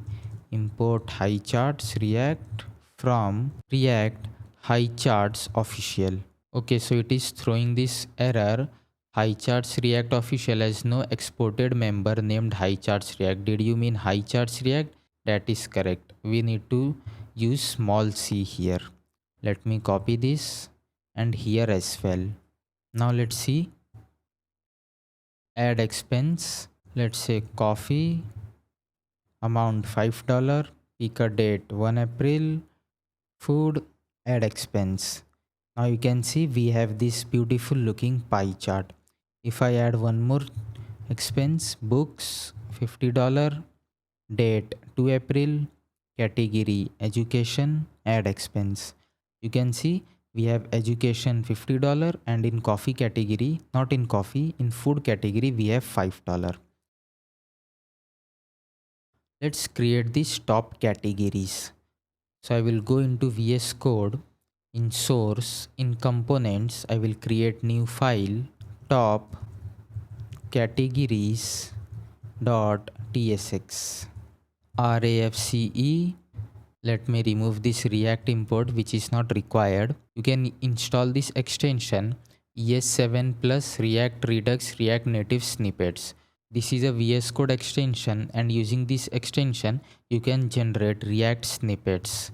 Let's call this component inside app.tsx. So instead of this span total categories, I will remove this with top categories, and let's pass this expense. So I will copy it and pass it here. Let me also copy this type. So I will copy it, go to top categories, and I will paste it here. Let's import this. So for top categories, you can see for each category we have this percentage, like how much percentage we are spending in each category, and this is based on the how much total we have spent. For example, we have spent $160. So in education we have spent 94%, and in food we have spent 6%. So we need category totals. So what I will do here, I will create one const get category totals. It will be a arrow function. I will create one map partial. It will be a type of record. I category value will be number. First it will be a empty object. Then I will do expenses dot for each. I will take each expense, and then I will check if expense, not this one, expense dot category exists.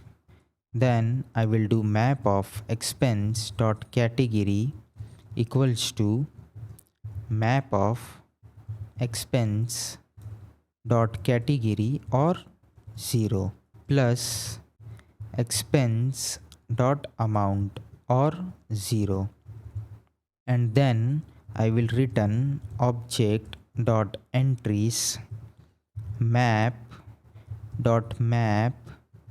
Here I will take the category, and for each category I will take the total, and I will return one object category and total, and then I will sort this.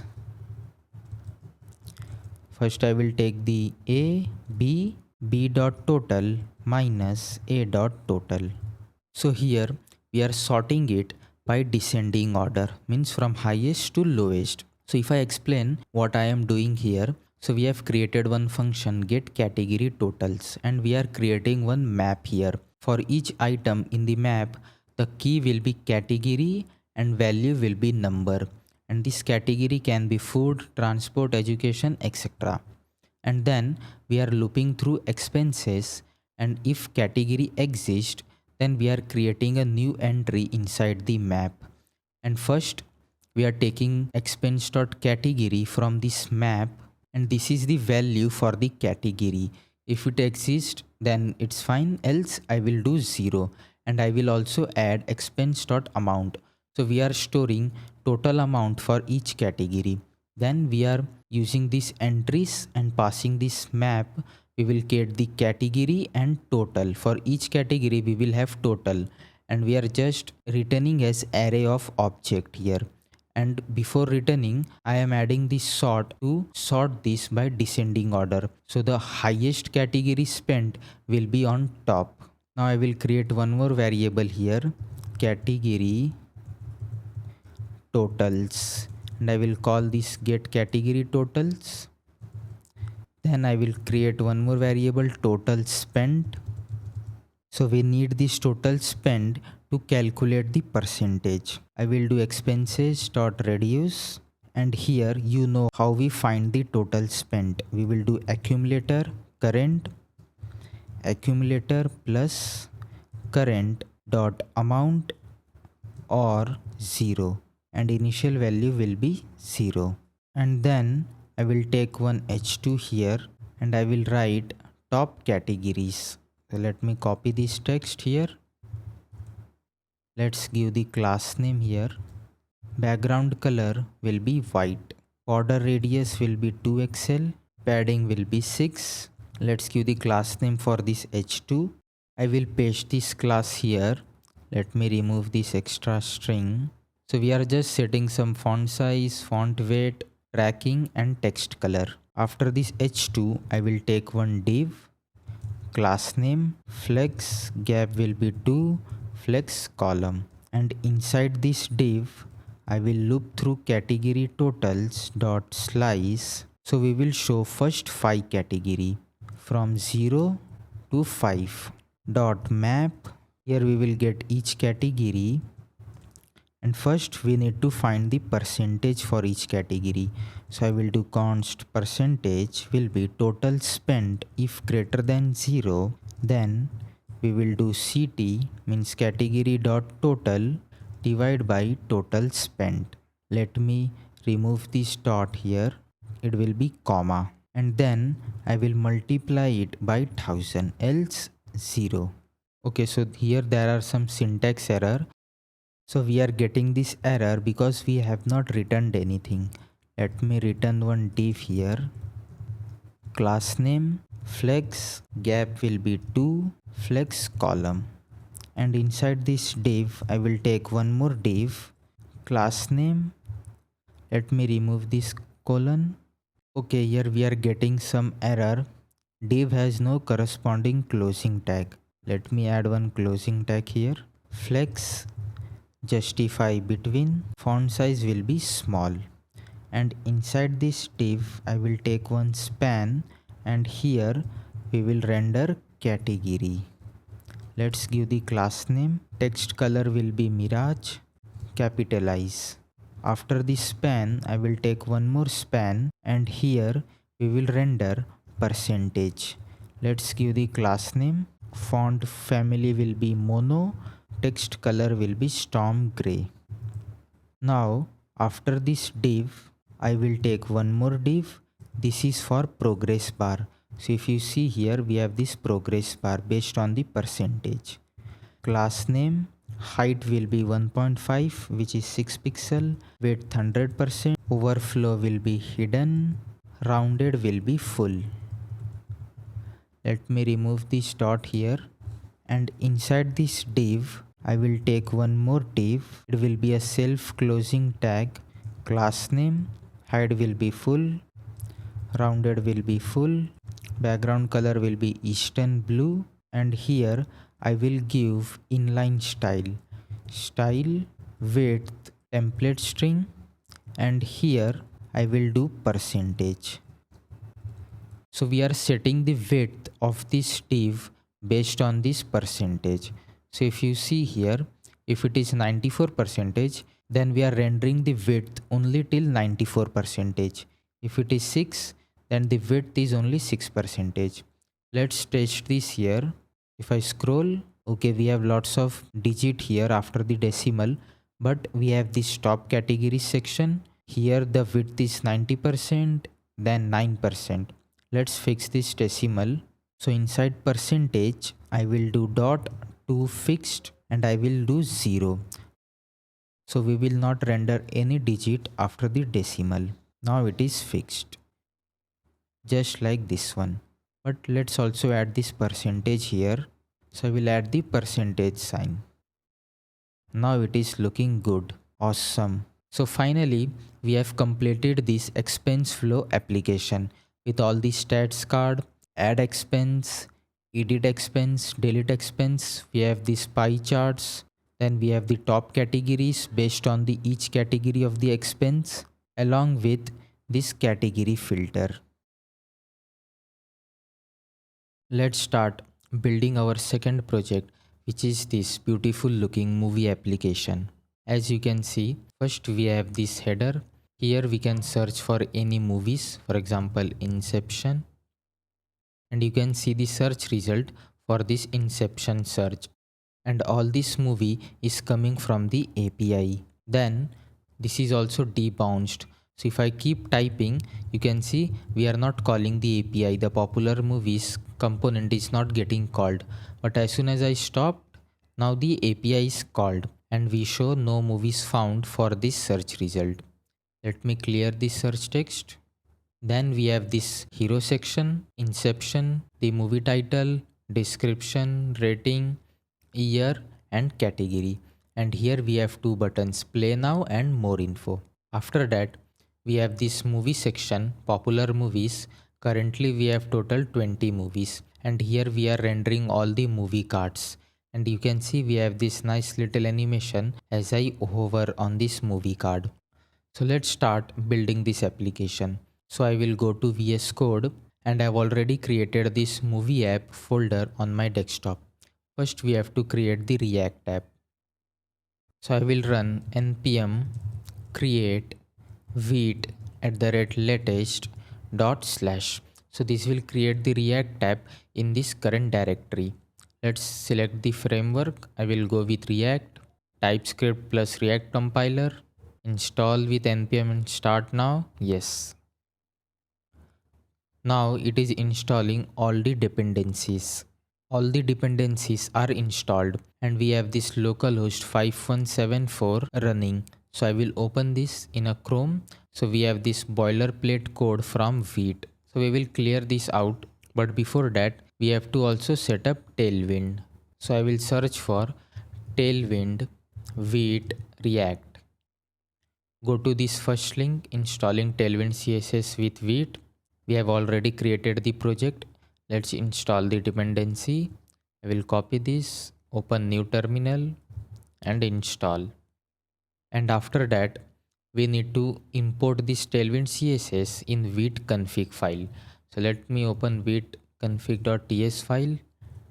I will copy this import statement,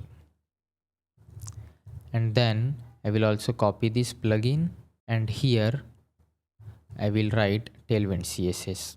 After that, we have to import the Tailwind CSS in CSS file. So I will open index.css, and I will remove everything from here and import Tailwind CSS. And now let's rerun the server. So I will do Control C, then npm run dev. So we have set up the project and we have set up Tailwind CSS as well. Now let's clear the boilerplate code from Vite. So I will go inside source, delete app.css. Inside app.tsx, I will remove this and I will return one div movie app. Let's remove the state variable and all this unused import. Let me remove the CSS as well. Now let's see. So we have this only movie app. Cool. Now let's create the header.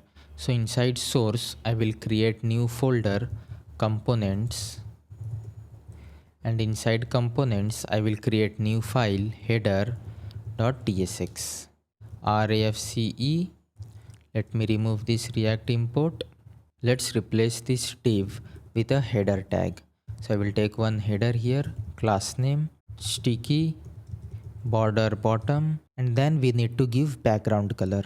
So we are not going to hard code hex code here. So what I will do, I will go inside index.css and I will paste this code. So we have couple of variables here inside theme. So we don't have to write this hex code value. We can directly use this utility class. You can find the file link in the resources below. Let's hit save, and here the background color will be bunker divided by 10 and border color will be shark. So if I go inside index.css, you can see we have this bunker color and this shark color. Let's hit save. Inside this header, I will take one div, class name, max width will be 7xl, margin auto, padding x will be 6, padding y will be 4, flex justify between. And inside this div, I will take one more div, class name, flex gap to items center. So currently we are creating this movie app and this icon. Let's go back. I will take one span here, class name, text size will be 2xl, and here I will use one emoji. So go to emoji and symbol, search for movie, and I will use this emoji. After the span, I will take one h1 movie, class name, text size will be XL, font bold, tracking will be tight, text color concrete.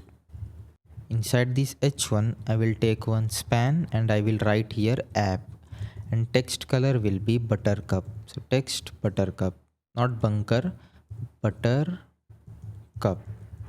So we have this yellow color. Now let's call this header component. So inside app.tsx, we'll call header from component slash header. Now let's see. So we have this beautiful looking icon and this h1. Now let's create this search bar. Let's close this. And after this div, I will take one more div, class name, position will be relative, width will be small, which is SM. And inside this div, I will take one search icon. So we have not installed Lucid React yet. Let's install it quickly. So I will open new terminal, npm install Lucid React. So we will use this library for all the icons. Let me close this. Search from Lucid React, class name, position will be absolute, top will be 50%, which is 1/2, translate y 1/2, text color will be Waterloo, height will be 4, width will be 4, and from left I will give 12 pixel. Now let's check the input tag here, input, class name. I will paste here some class names. So we are giving width 100%, some border radius, border color, some padding, background color, and some placeholder color. And if I focus on, then we are changing the border color. So let's see. Okay, so we have this input text. Let's fix this icon here. This should be in middle. Let's go back. So here, this should be dash, top dash 1/2. Now it is in the middle. Let's give the placeholder here. Search movies. Let's see.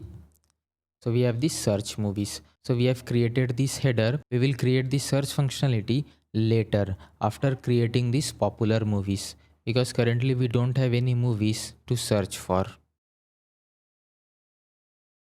Now let's create the hero section.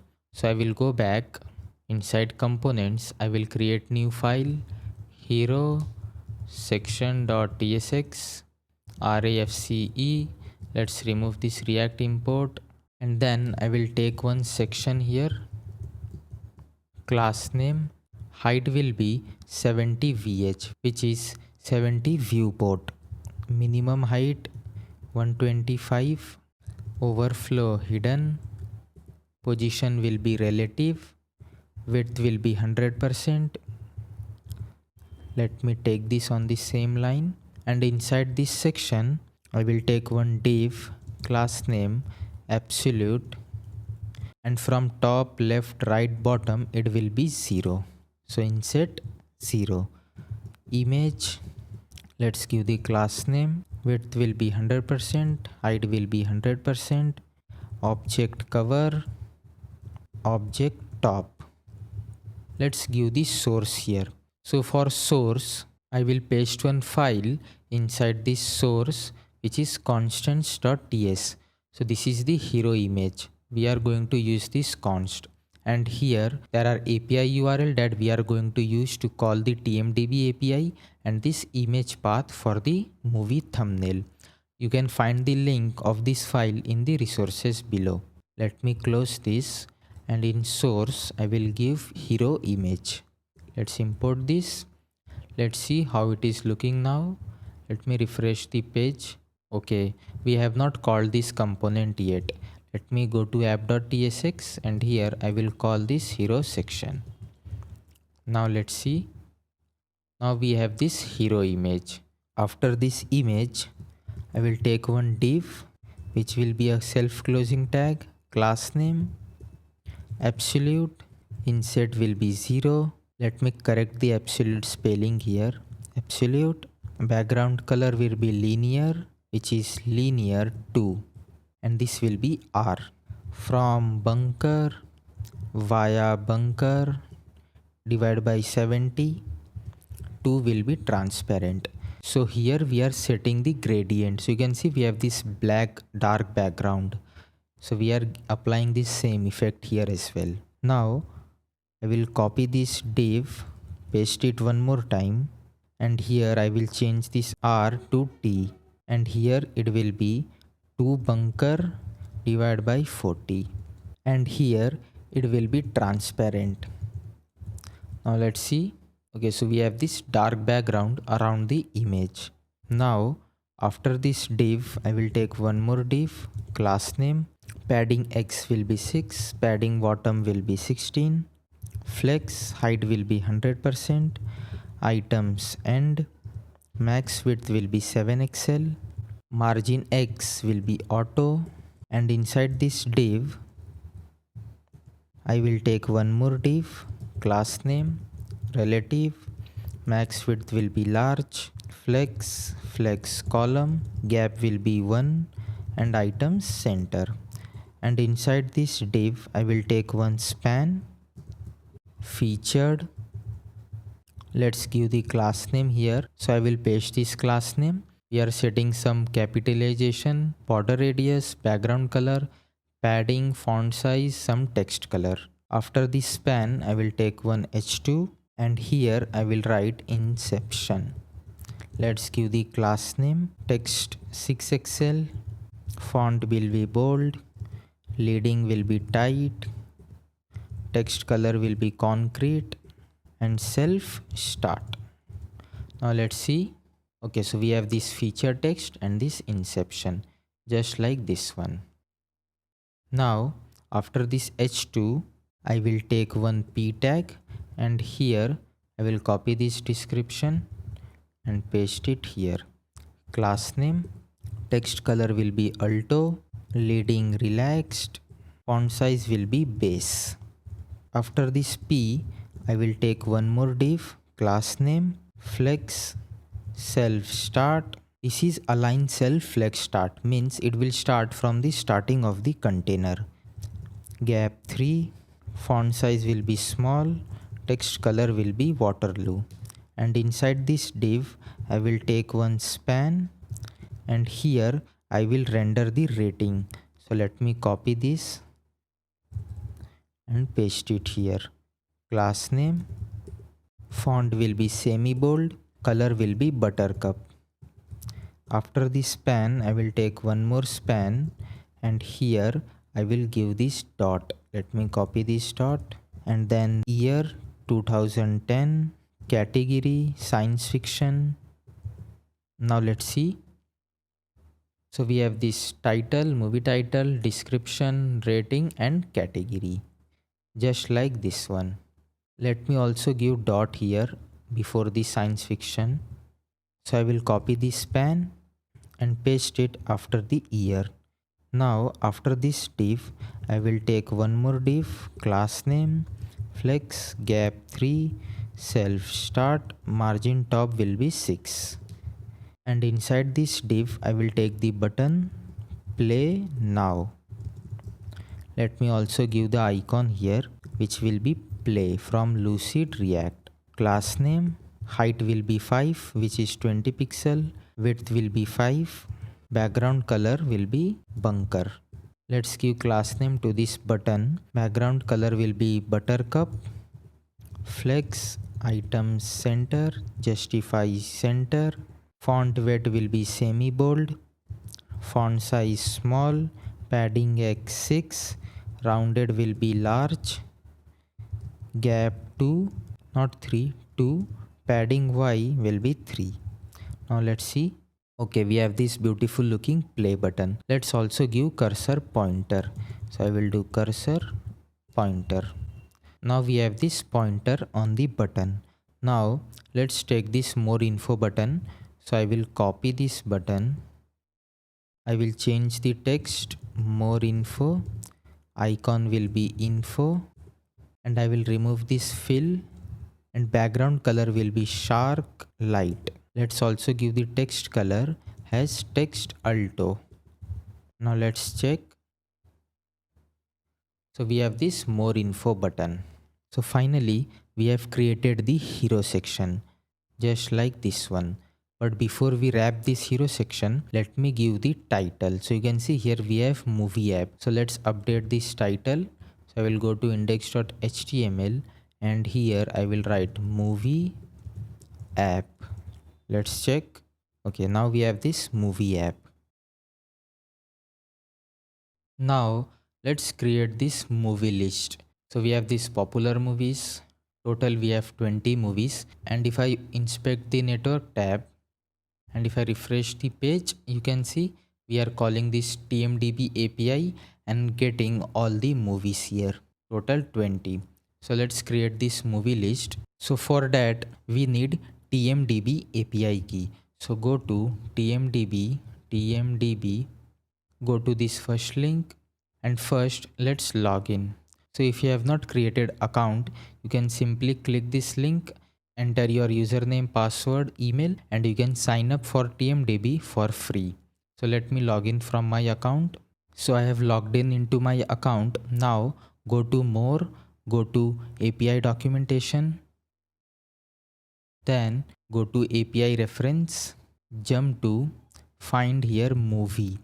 So inside discover, go to this movie, and here you can copy your API key, and you can see we will use this API https api.themoviedb.org, and then go to source constants, and here we have this API URL, which is this same URL. Now let's create one .env file.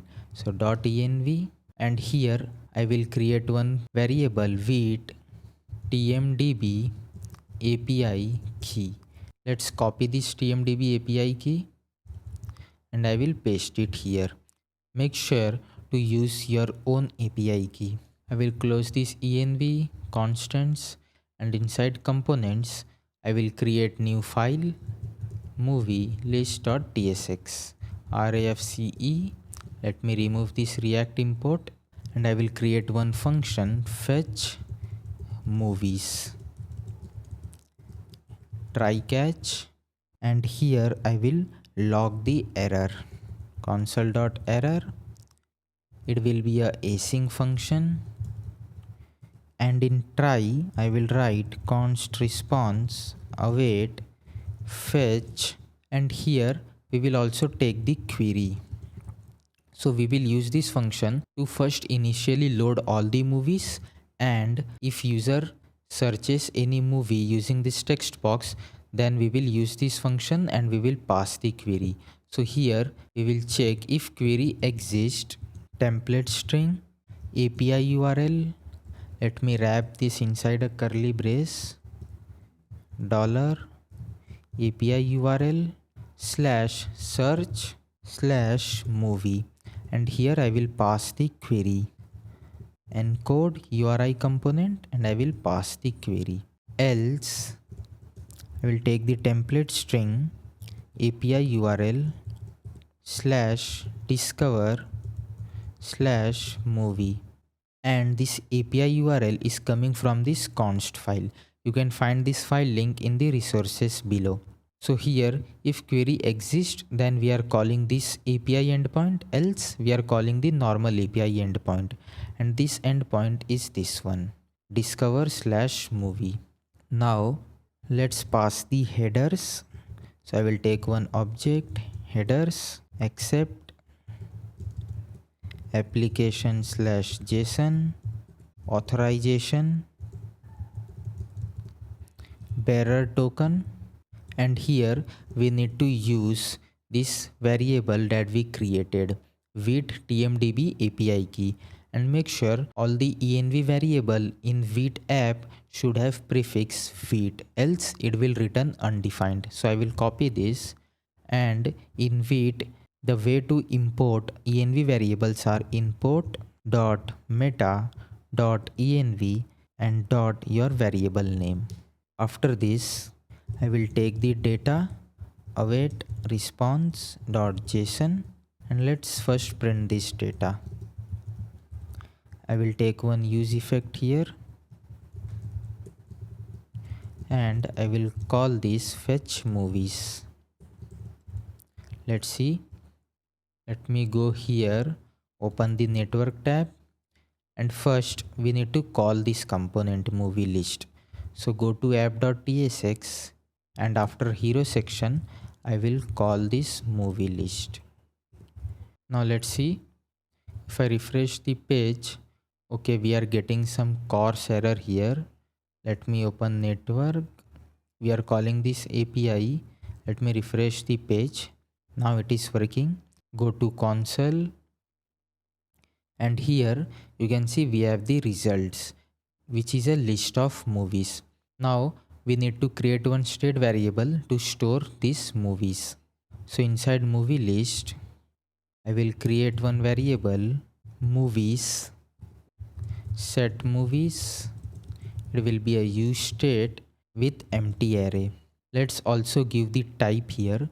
So inside source I will create new folder, types, new file, movie.d.ts, interface iMovie. Let me spell it correctly. Title, string, ID number, poster path, string, vote average, it will be number, release date, string, overview, string. Let's export this iMovie. Let me spell this correctly. So all these properties exist in the API response. So you can see we have ID, overview, release date, title, vote average. So we are going to use these 6 properties. Now here I will give the type as iMovie, and instead of this console log I will do set movies data.results. If it does not exist, then I will do empty array. Now first we will check If movies dot length is 0, then I will return one div, class name, flex items center, justify center, flex column, margin top will be 8. I will take one span here, class name, text size will be 5 pixel, and here I will use one emoji camera. Let's use this one, and then I will take one h2, no movies found, class name, margin top will be 4, text excel, font semi bold, text color will be concrete, so concrete. Then I will take one p tag here.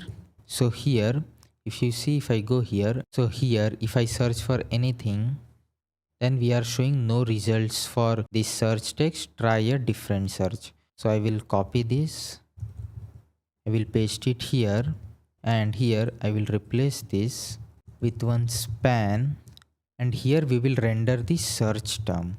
So I will just write the placeholder here. Later we will replace this with a state variable.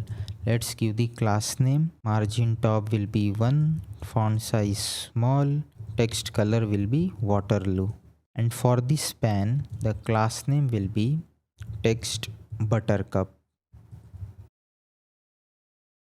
Now let's create these cards. So open VS Code, go to source, components, movie list, and here instead of this movie list text, I will take one div, class name, flex, justify between, margin bottom will be 6, items center. Let's give the class name for this div as well. Max width will be 7 pixel, margin will be auto, padding x will be 6, margin top will be 4, and inside this div I will take one h1, and here we will write popular movies, class name, font size 2 pixel, font bold, text color concrete. Then I will take one p tag, and here we will show movies dot length, movies, class name, font size small, text color will be Waterloo. Let's see. If I go here, close this network tab, we have no movies found. Let me refresh the page. So we have these popular movies, and we have this 20 movies length, which is we are getting 20 movies from the API. Now let's create the card. So after this div, I will take one more div, class name, grid, grid column will be 2, gap 4. For smaller screen size, I will render 3 column, medium, grid columns 4, and for large, grid columns 5. So this will be responsive across all screen sizes. Then I will do movies.map movie, and here I will return one div, key, movie.id. Let's give the class name, rounded large, overflow hidden, background color will be wood smoke, and inside this div I will take one more div. This is for image, class name, overflow hidden, and here I will take one image, class name. On hover I will set the scale as 1110, duration 500, width will be full, transition, transform. Let's give the source, and source will be movie dot poster path. If that exists, then I will take template string image path movie dot poster path, else I will render one placeholder image, placeholder dash image dot svg. So if you see the response, let me refresh the page, go to network. So you can see in the preview results we have this poster path, and this is not the actual URL of the image, this is just the relative path. So we are wrapping this path using this image path. So this will be first this URL /500 till, and then it will be poster path. And if you see, we have this list of images of movies here. And if I hover, then we have this animation as well. Now, if I go back, we need to give placeholder image.svg, but we don't have placeholder image here. So inside public, I will paste one file here, placeholder image.svg. So sometimes in the API response, this poster path is null. So if it is null, then we will render our placeholder image, which is no image. Now let's create this title, year, and this rating. So I will go back, go to source, components, movie list, and after this div, I will take one more div, class name, padding will be 4 from all 4 side, div. Let me close this div, not sure why it is not working here. Class name, flex, gap 2, margin bottom will be 2. Then I will take one star icon from Lucid React. Class name, height will be 3.5, which is 14 pixel, width will be 3.5, text color will be buttercup, and I will also do fill buttercup. I will take one span, and here I will render movie dot vote average dot to fixed 1. So we will show only one number after the decimal point. Class name, text color will be buttercup, not bunker, buttercup. Font size will be extra small, font semi bold. After this div, I will take one h3, and here we will render movie.title. Class name, text size will be small, font semi bold, leading will be tight, line clamp will be 1, and text color will be concrete. So here we are setting this line clamp 1. So that means this title will come in only one line, not more than that. After this h3, I will take one span, and here we will render movie.release date. Class name, margin top 0.5, font size will be text extra small, text color Waterloo. Now let's see. Let me go here, refresh the page, and if I scroll, okay, so we have this rating, title, and release date. Cool.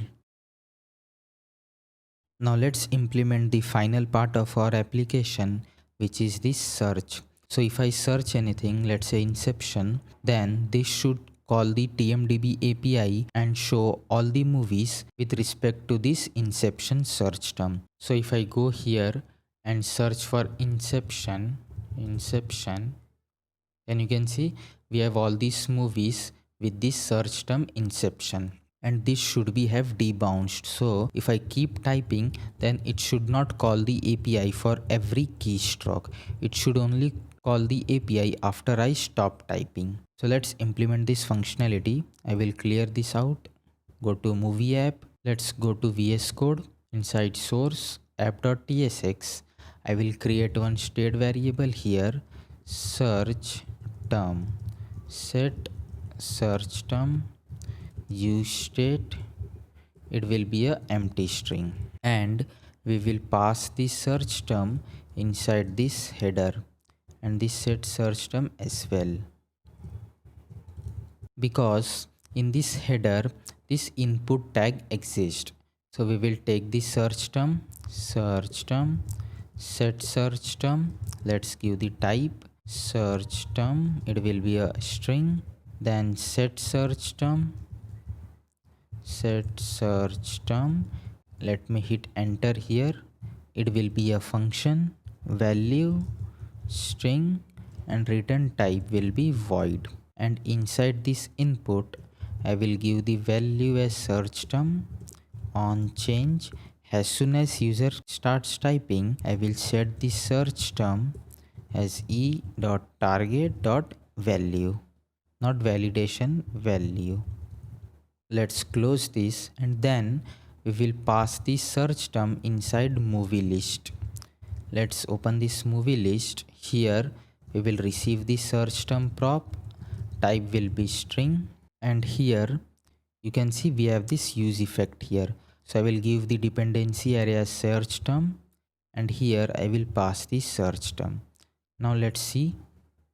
So if I refresh the page, open the dev tool, go to network, and if I start typing, you can see as soon as I start typing, for every keystroke it is calling this API. And if I go to headers, you can see query A. So for every keystroke it is calling this API. Let's say I search for inception. So you can see for every I and C, for every keystroke it is calling this TMDB API. And it is working fine. We have this inception here, but we need to debounce the search bar. So what I will do, I will go back here. I will take one timer, set timeout.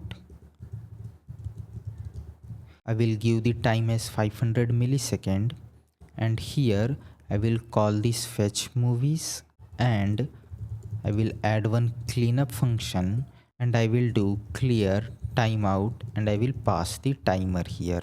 Now let's see. So if I refresh the page and search for, let's say, inception, then we are calling the API only once for this whole inception word.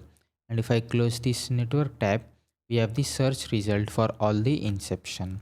And you can see for some of the movie the image does not exist, so we are rendering our placeholder image. So let me clear the search.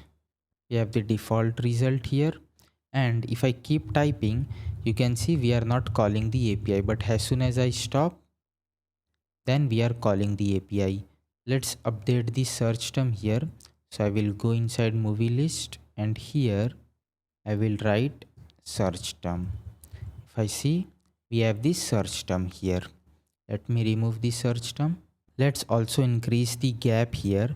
So I will go inside VS Code, and here I will give the gap as 4. Let's see.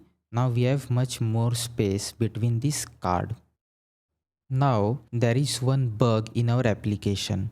So if I go inside this VS Code, you can see in this use effect we are calling this fetch movies, but we are calling this fetch movies after 500 millisecond. So the first time the app renders, then after 5 millisecond we will show the movies. So if I go here, open the network tab, and if I refresh the page, you can see after some time this is getting called. And if I increase the timer, let's say 5000 millisecond means 5 second, and if I refresh the page, you can see we have not called the API yet. It will called after 5 second. So let's fix this. So what I will do, here I will check if search term exists, then only 500, else it will be 0. Let's see. Now if I refresh the page, we are quickly calling this API. So finally, we have created our beautiful looking movie application. Let's start building our final project, which is this modern React admin dashboard. As you can see, we have this sidebar in the left side. We have dashboard, analytics, customers, integration. We have this pay, enterprise, support, then this main content with this header, gross revenue, average order, trailing year. Then we have this beautiful looking revenue chart. Here we can track our revenue for each month, for example Jan, Feb, March, April, May, June. Then we have this performance chart. Here we can track what is the feature adoption, user growth, how many signups, how many active users are there, churn rate, satisfaction, etc. Then we have this recent transactions table.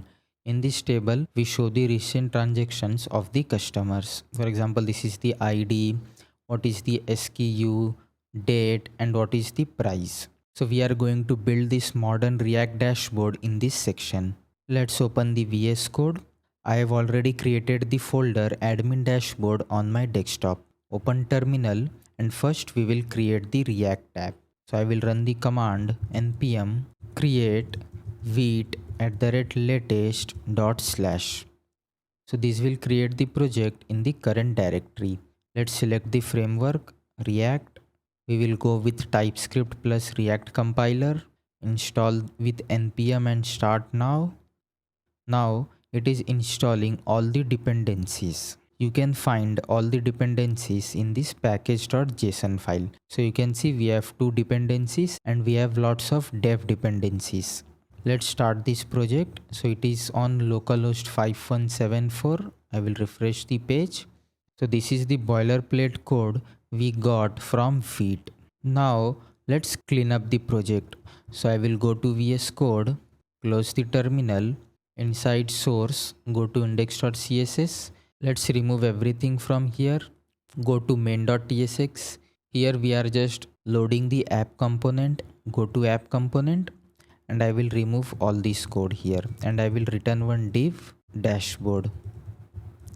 Let's remove the unused import, state variable, and I will delete this app.css file.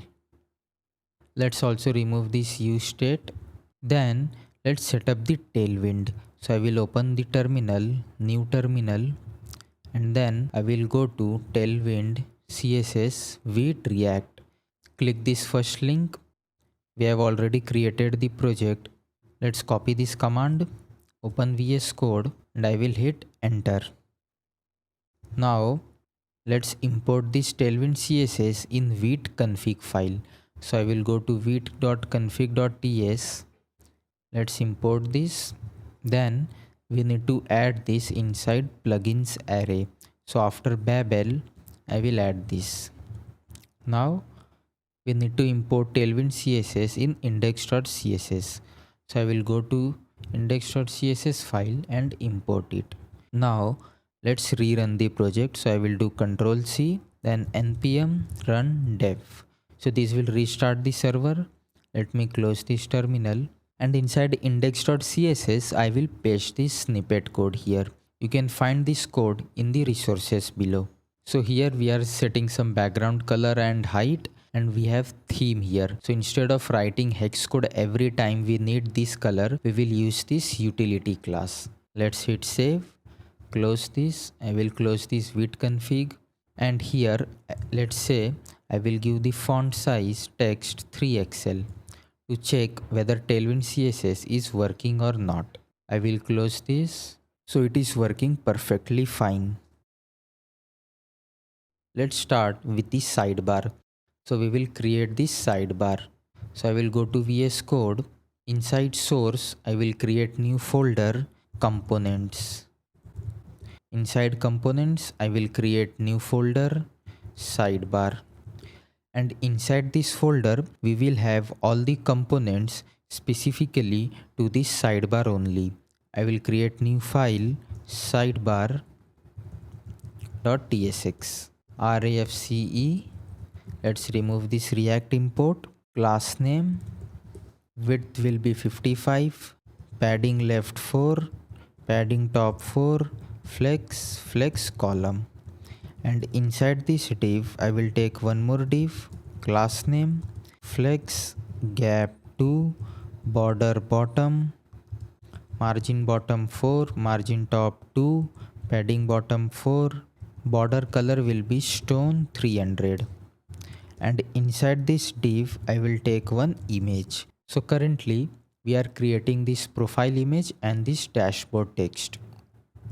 And for source it will be some URL, and inside this source folder I will paste one file constants.ts. You can find this file link in the resources below. In this constants we have this revenue data constant, then we have this performance data. This revenue data will be used for revenue chart. This performance data will be used in performance chart, and we have this profile image. So I will copy this and I will import it here. Class name size 8. So this is a tailwind utility class.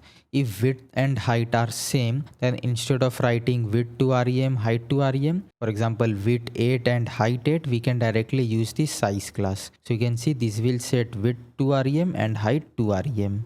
Rounded, background color will be fresh eggplant, and shadow. Let's see.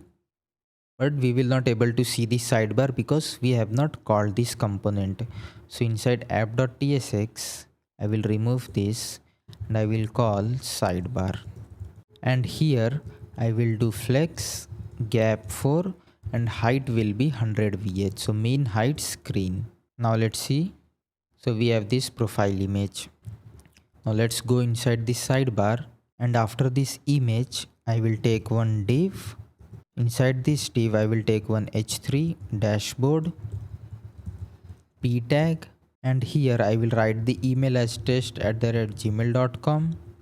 Let's give the class name for this h3 text sm font bold, and for this p tag class name text extra small and color will be text tapa. Now let's see. Okay, we have this dashboard text and this email id exactly like this one.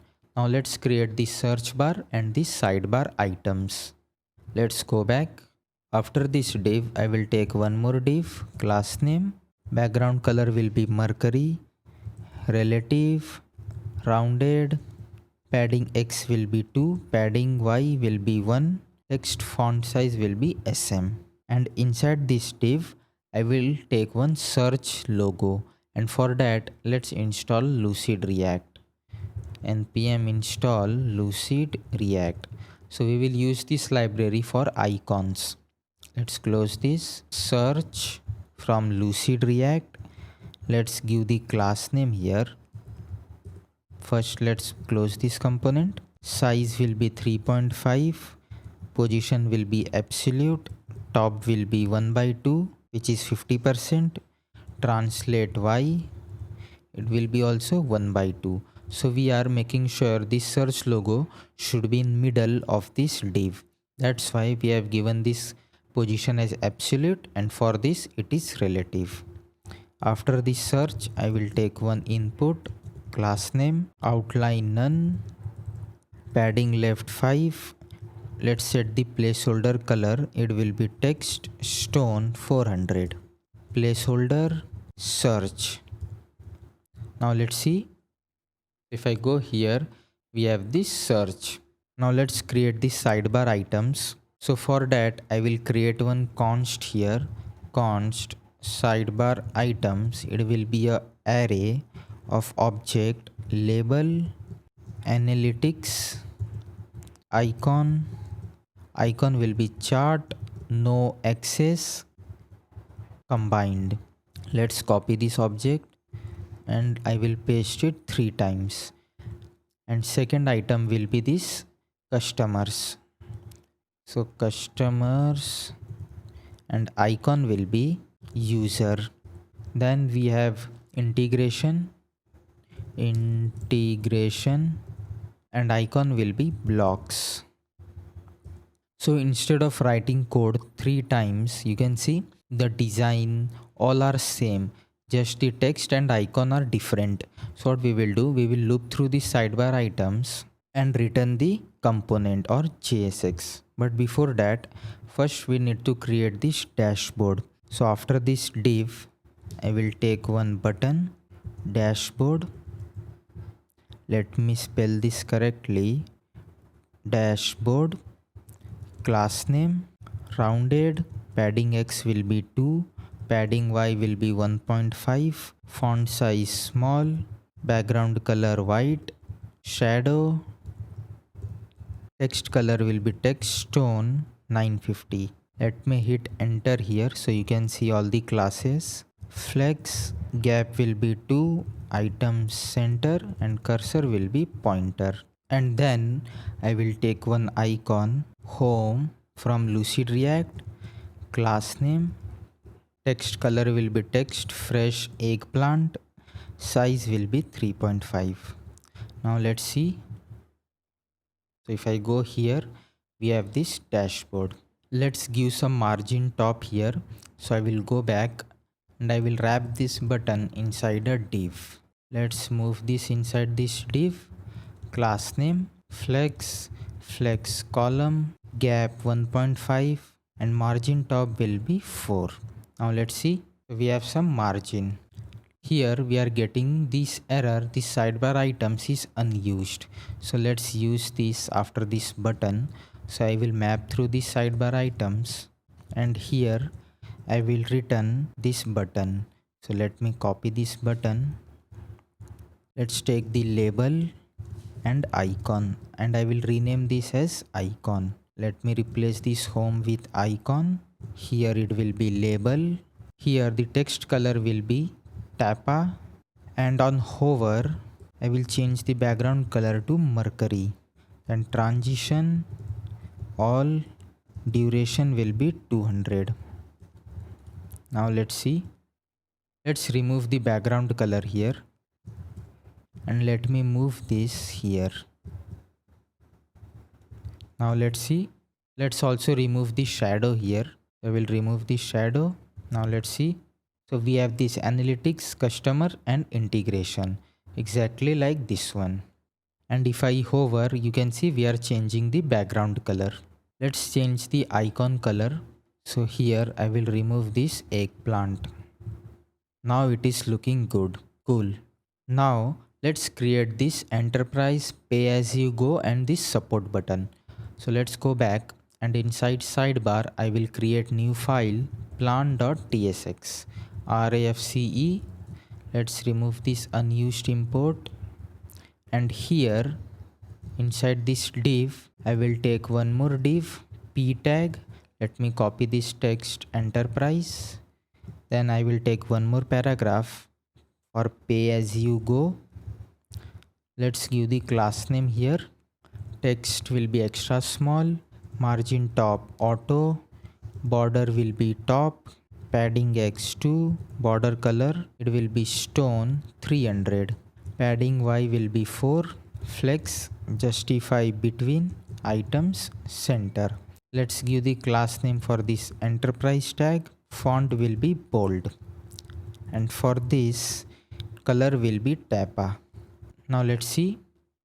Okay, we have not called this component. Let me copy this, and after this div I will call this component plan. Now let's see. Okay, we have this enterprise as you go and border top. Let's take this support button. So inside plan.tsx I will take one button support. Let's give the class name here. So I will paste this class name. We are setting some padding, some font style, background color, some border radius and some transition. Let's see. So we have this support button. Okay, let's remove this enterprise text here. So I will remove this. Now let's see. Enterprise pay as you go. And if I hover on the button, we are changing the background color. And we have some smooth transition, exactly like this one. Now let's start with building this beautiful looking dashboard. So first we will create this header. So I will go back inside source, inside components.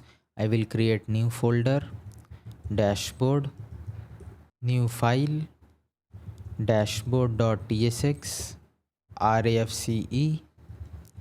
Let's remove this import. Now you will have the idea why this structure of these components are useful. As you can see, inside this sidebar folder, we have only components that is related to sidebar. Inside this dashboard, we will have multiple components, for example, header, graph, transaction, etc. So all these components are not mixed only in components folder. Let's call this dashboard component. So I will go inside app.tsx, and after sidebar, I will call the dashboard. Let's import this. Let's close this file. Here I will give class name, background color will be white, rounded will be large, from all four side margin will be 4, which is 1 rem 16 pixel, shadow width will be 100%, and overflow y auto. So the reason I am giving this overflow y auto, because we can scroll this dashboard and this sidebar will not get scrolled. Only this container we will have the scroll bar. Let's go back. Let's remove this text, and here I will call one component header. Currently does not exist. Let's create it. So inside dashboard I will create new file header.tsx RAFCE. Let's remove this React import, and here I will import header. Let's close this dashboard. and let's start creating this header. So I will remove this. I will take one div h3 and here I will write good morning Tom. So I will copy and paste it here. Let's give the class name first. Flex justify between, margin bottom will be 4. Border bottom, border color will be stone 200 and all 4 side padding will be 4, which is 1 rem. Let's give the class name for this h3. Text will be small, font will be bold. I will take one p tag and here I will write this date. Let's give the class name here. Text extra small, font color will be text tapa. Here you can write current date as well. For example, I can write date dot to string. Let's see. So you can see here we are getting the today date. So let me remove this. I will currently just write this hard coded date. After this div I will take one button and here I will write the calendar icon, class name, size will be 3.5 and here it will be previous 6 months. Let's give the class name here. So I will paste class name here. We are giving some flex items, background color, some transitions. On hover we are changing the background and text color, some paddings in both axes and border radius. Let's see. So you can see we have this beautiful looking header, previous 6 months and current date and some message. Now let's create the stats card. So I will go back inside dashboard. I will create new file stats cards.tsx rafce. Let's remove this import. Let's import the stats card in dashboard. So here I will create one div stats card.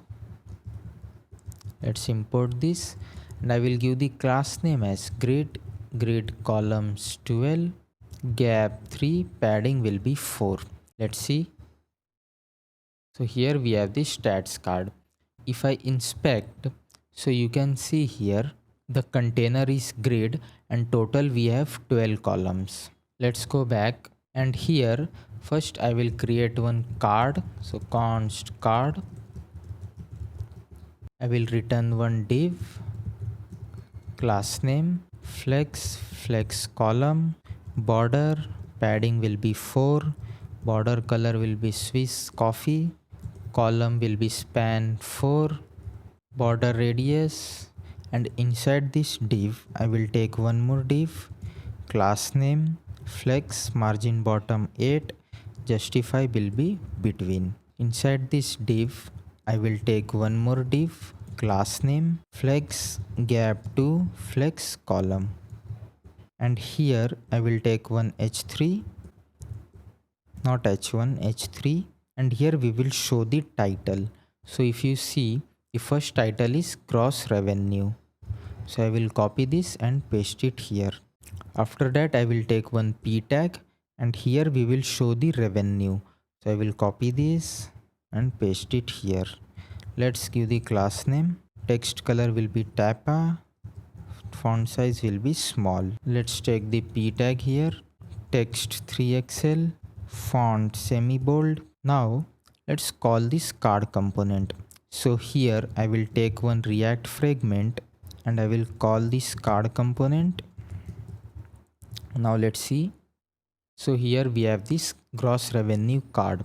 So the reason I am creating this as a separate component to reuse across all 3 stats. So you can see only the content is different. For example, gross revenue, average order, trailing year, and this revenue and this date, but all the styles, everything are same. So we will pass this via props and we'll call this card component 3 times. So here I can call this 3 times, and if I see here, you can see we have this card component. So we don't have to copy and paste this component 3 times. Now let's pass the props here. So I will pass title, gross revenue. Let me copy this gross revenue, paste it here. Let's copy the revenue, and then percentage 5.5%, and then date. So date is, let me copy the date from here. Now let's get this prop here, title, revenue, percentage and date. And here I will write title, not this one, title, then revenue. Let's give the type here.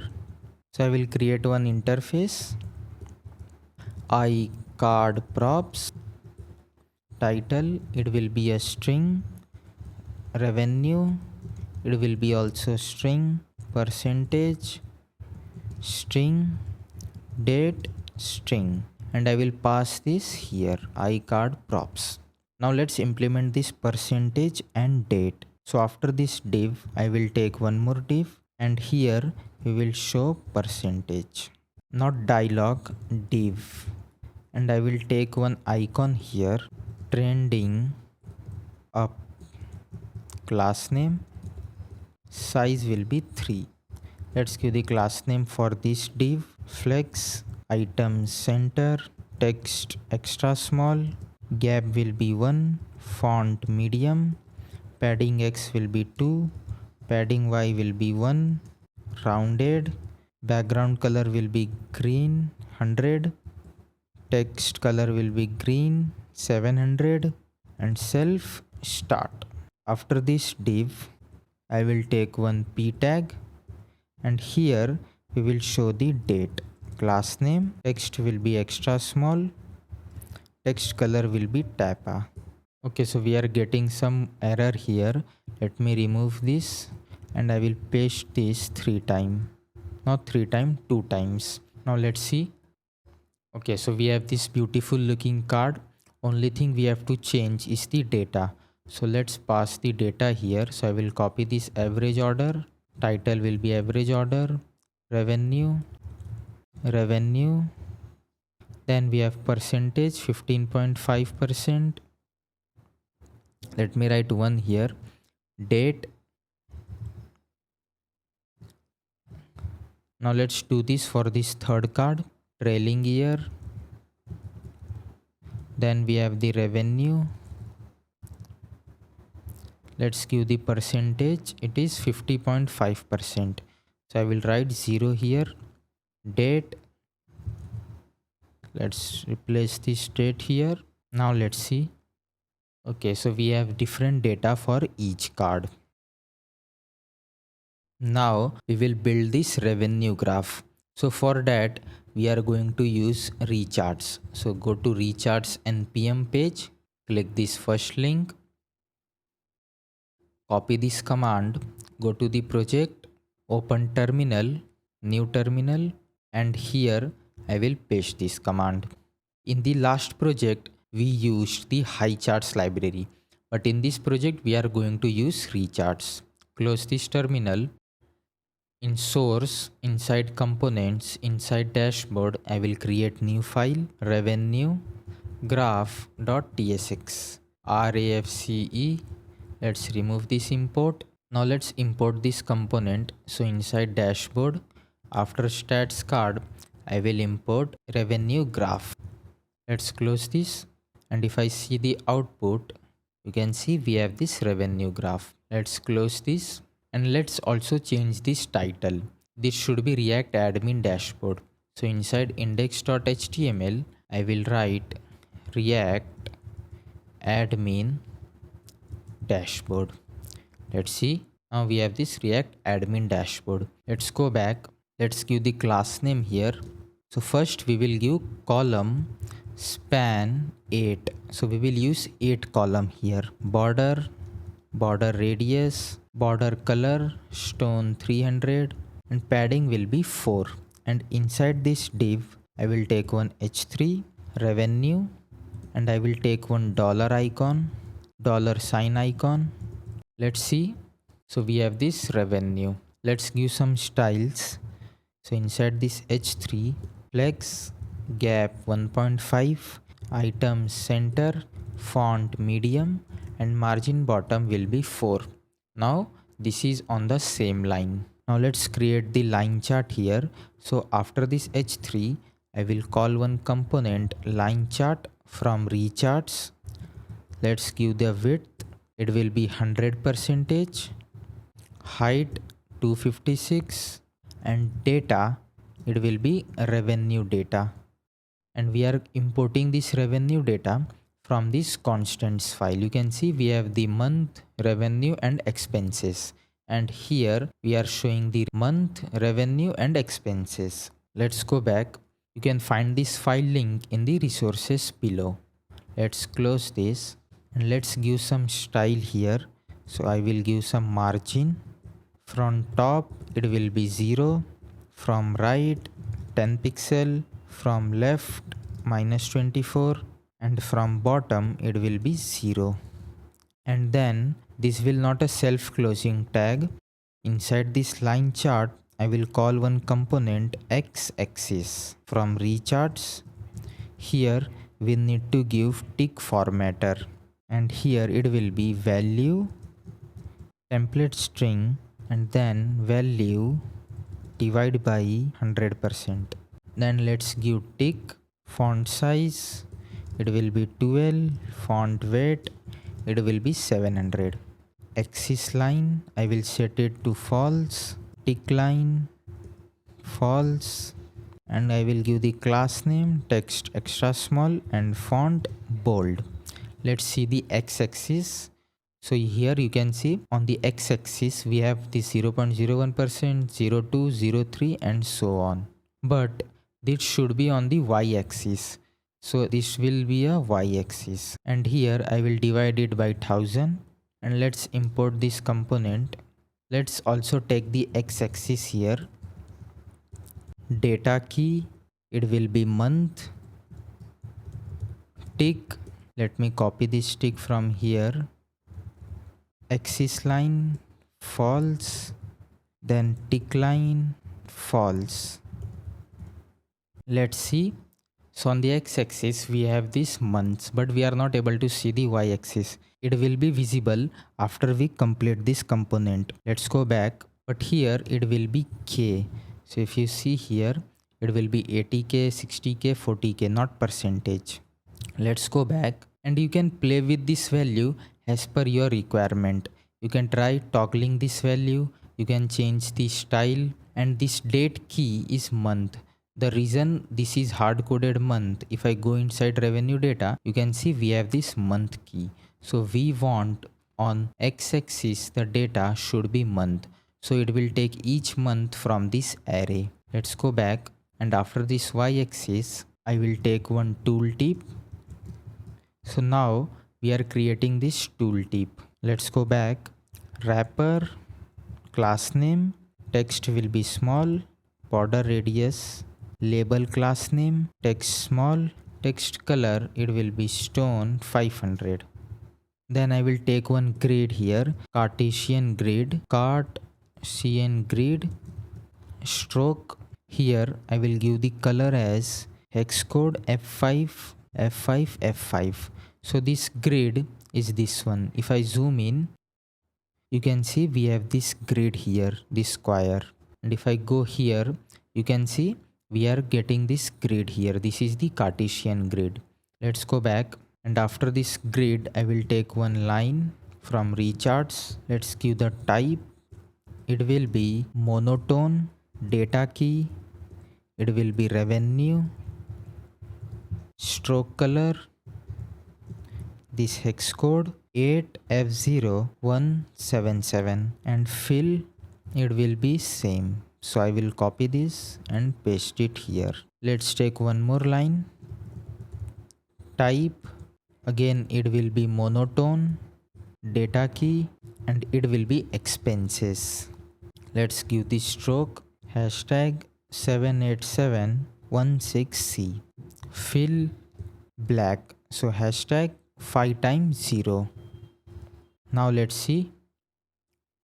Now we have this beautiful looking revenue chart. Y-axis is visible. This tooltip is also visible. You can see we are showing month, expense and revenue. So this two line is this one. So we have taken this two line. The first line shows the revenue and second line shows the expenses. And this value are getting from revenue data. You can see revenue and expenses. So the first one is, you can see revenue is 42,000 and expenses 28,000. You can see 42,000, 28,000. So we are mapping through each revenue in this line graph. Now let's create this performance radar. So here we are showing all the data related to performance. For example, feature adoption, user growth, signups, churn rate, etc. So let's open the VS Code. Inside source, components, dashboard, I will create new file, performance radar.tsx, RAFCE. Let's remove this import. Inside this div, I will take one h3. So the styles will be same. So I will copy this from revenue graph. So you can see we have this h3 and this div. So I will copy this and I will paste it here. And let's change the icon. It will be chart bar, and make sure to change this 8 to 4. Let's call this performance radar component inside dashboard. Let's close this. Let's see if the component is visible. Yes, it is visible. Let's continue building this. Here we are going to use one component from rechart radar chart. Let's give the data. It will be performance data, and this data is coming from this constants file. You can see here it is an array of object where we are showing category and value. For example, user growth, active users, revenue, feature adoption, etc. Let's close this. I will give width here. It will be 100%, height 256, and margin. From right it will be 20 and from left it will be 20. And after this it will not a self-closing tag. Inside this radar chart I will take one component, polar grid, and here the stroke will be this hex code F5 F5 F5. After this polar grid I will take one more component, polar angle axis. Here the data key will be category, tick, font size, it will be 12, font weight, it will be 700. Let's see. So you can see we have this user growth, feature adoption, signups. This is showing on polar angle axis. Now let's take the middle radar. So after this polar angle axis I will take the radar name. It will be performance. So you can see we are getting this performance from here. So I will copy this performance, data key, it will be value, stroke 8F0177, fill, it will be same. So I will copy this, paste it here. This will be not D8, and same for fill. And I will also give some opacity here. It will be 0.2. Now let's see if radar is visible. Let's go here. Okay, the radar is visible. Now let's take the tooltip. So after this radar, tooltip, from recharts, wrapper class name, it will be text small and rounded. Then label class name, it will be text extra small, text color stone 500. Let's see if the tooltip is visible. Yeah, it is visible. Now let's show the legend here. So legend means this one, this performance. So after this tooltip, I will show legend. Now let's see. Let's go back here. Now this legend is also visible. So finally, we have created this radar charts. Now let's create this transactions list, where we are showing all the recent transactions. We have 4 columns, customer ID, SKU, date and price, and we have this nice looking see all button. So let's open the VS Code. Inside source, components, inside dashboard, I will create new component, transaction list .tsx RAFCE. Let's remove this import. and I will call this component after performance radar transaction list. Let's close this and let's see. If I go here, we have this transaction list component. Let's give the class name here. Column span will be 12. We will use all the spaces. Border color will be stone 300. Border radius and padding will be 4. Inside this div, I will take one more div, class name, flex, justify, between. And inside this div, I will take one $sign, class name, size will be 3.5, h3, recent transactions. Let me spell this correctly, transactions. Class name, flex, items center, gap will be 1.5, font medium. After this div, I will take one button, see all. Let's give the class name here, text small, text color will be text, fresh eggplant. On hover, we will show underline and cursor pointer. Let me take it on the same line. Let's see. So here we have this see all button and recent transactions, but this should be here. Let's go back. After this div, I will take one more div and I will wrap this $sign and h3 inside this div. Let's give the class name, flex, gap will be 1.5, item center and margin bottom will be 4. Now let's see. So we have this recent transactions. Let's shift this button after this recent transaction here. So I will go back and I will cut this button and I will paste it after this div. Let me hit enter here. Now let's see. Now this button is in the same row. One more thing that I forget, if you go here, you can see we have this line which shows all the numbers from 0 to 100, but here we don't have that line. So I will go inside VS Code, go to performance radar, and after this polar angle axis, I will call one more component, polar radius axis. And here I will give the tick, which is font size 12 and font weight 700. And I will also set the angle 30. Now let's see. Now you can see we have this line here. Now let's continue building this transaction table. So I will go back, close this performance radar, and after this div, I will take one table, class name, width will be 100%, and inside this table head, I will take one table row, class name, text will be SM, text color will be stone 500, and inside this table row, I will take table header. First we will show the customer ID. Let's give the class name here, text start, and padding will be 1.5. Let's copy and paste this 3 more times, and the second row or column, it will be SKU, then date, and then price.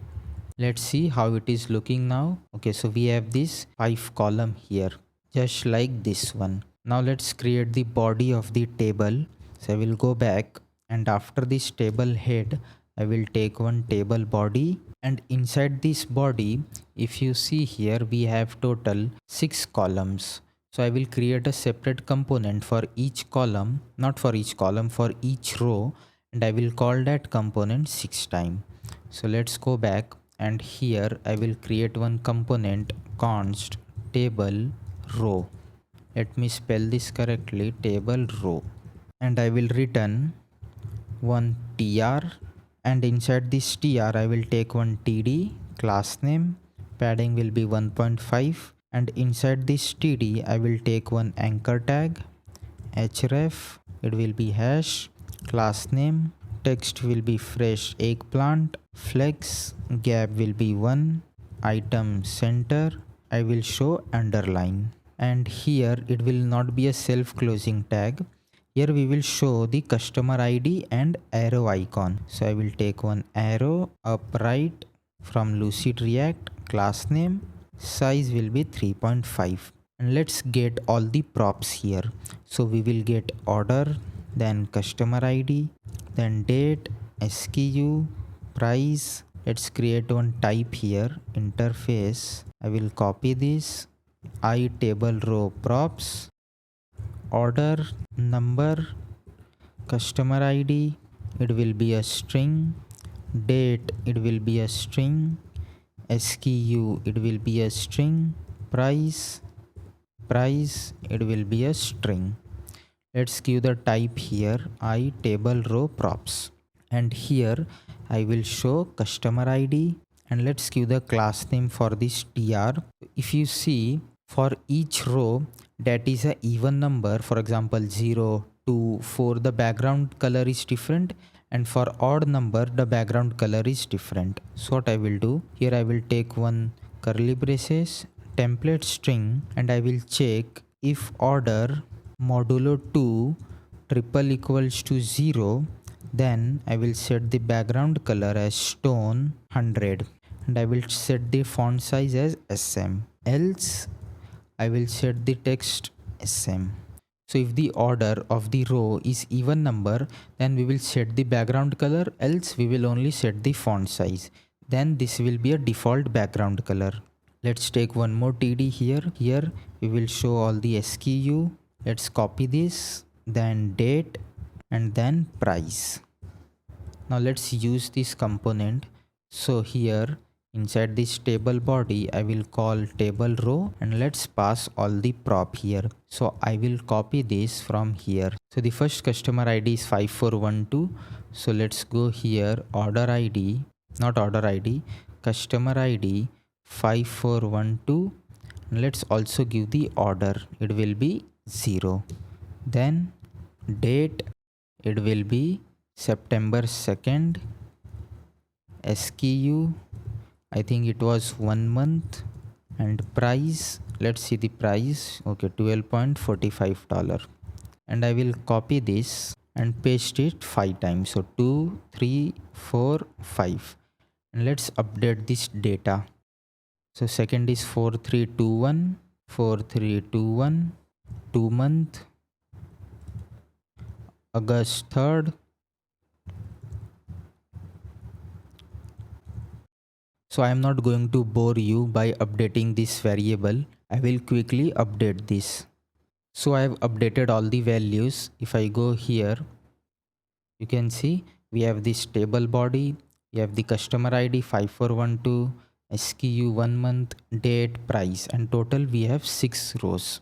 One more thing you can do here, for each data you can create an array of object. In this object you can have order, customer ID, date, SKU, and price, and you can look through that array and you can only return this table row and with all the values here. So you don't have to call this component 6 times. And this is your homework for this transaction list component. Now first let's update this revenue. So the text should be performance. So I will copy this, go to source, components, dashboard, performance radar, and I will write performance. Now we have performance here. Then let's fix this enterprise pay as you go. So if you see here, this is in the bottom of the screen. We don't have to scroll to see this text, but here we need to scroll to see this text. So let's fix this. Go to app.tsx, and here that should be only height 100 VH. Remove the mean part. Now let's see. Now you can see here we can see the enterprise and pay as you go. And if I scroll, only this container gets scrolled. One more thing, if you open the DevTools, here we are getting this key prop error. So let's go back, go to sidebar.tsx, and here we need to give the key. And let's give the key as index. So I will take index here and we will give the key as index. So if I go here, refresh the page, now the error is gone. So let me close this, refresh the page. So finally we have built this modern looking React dashboard. I hope you have learned so much from this project. For example, how to create responsive UI, how to use Highcharts to create revenue and radar chart, how to structure your project, how to create reusable components, and much more. I hope you enjoyed this course and had fun building the 3 projects. If you did, please like, comment and subscribe to the channel. This really motivates me to keep creating high quality content and projects. And don't forget to check out the course on Udemy.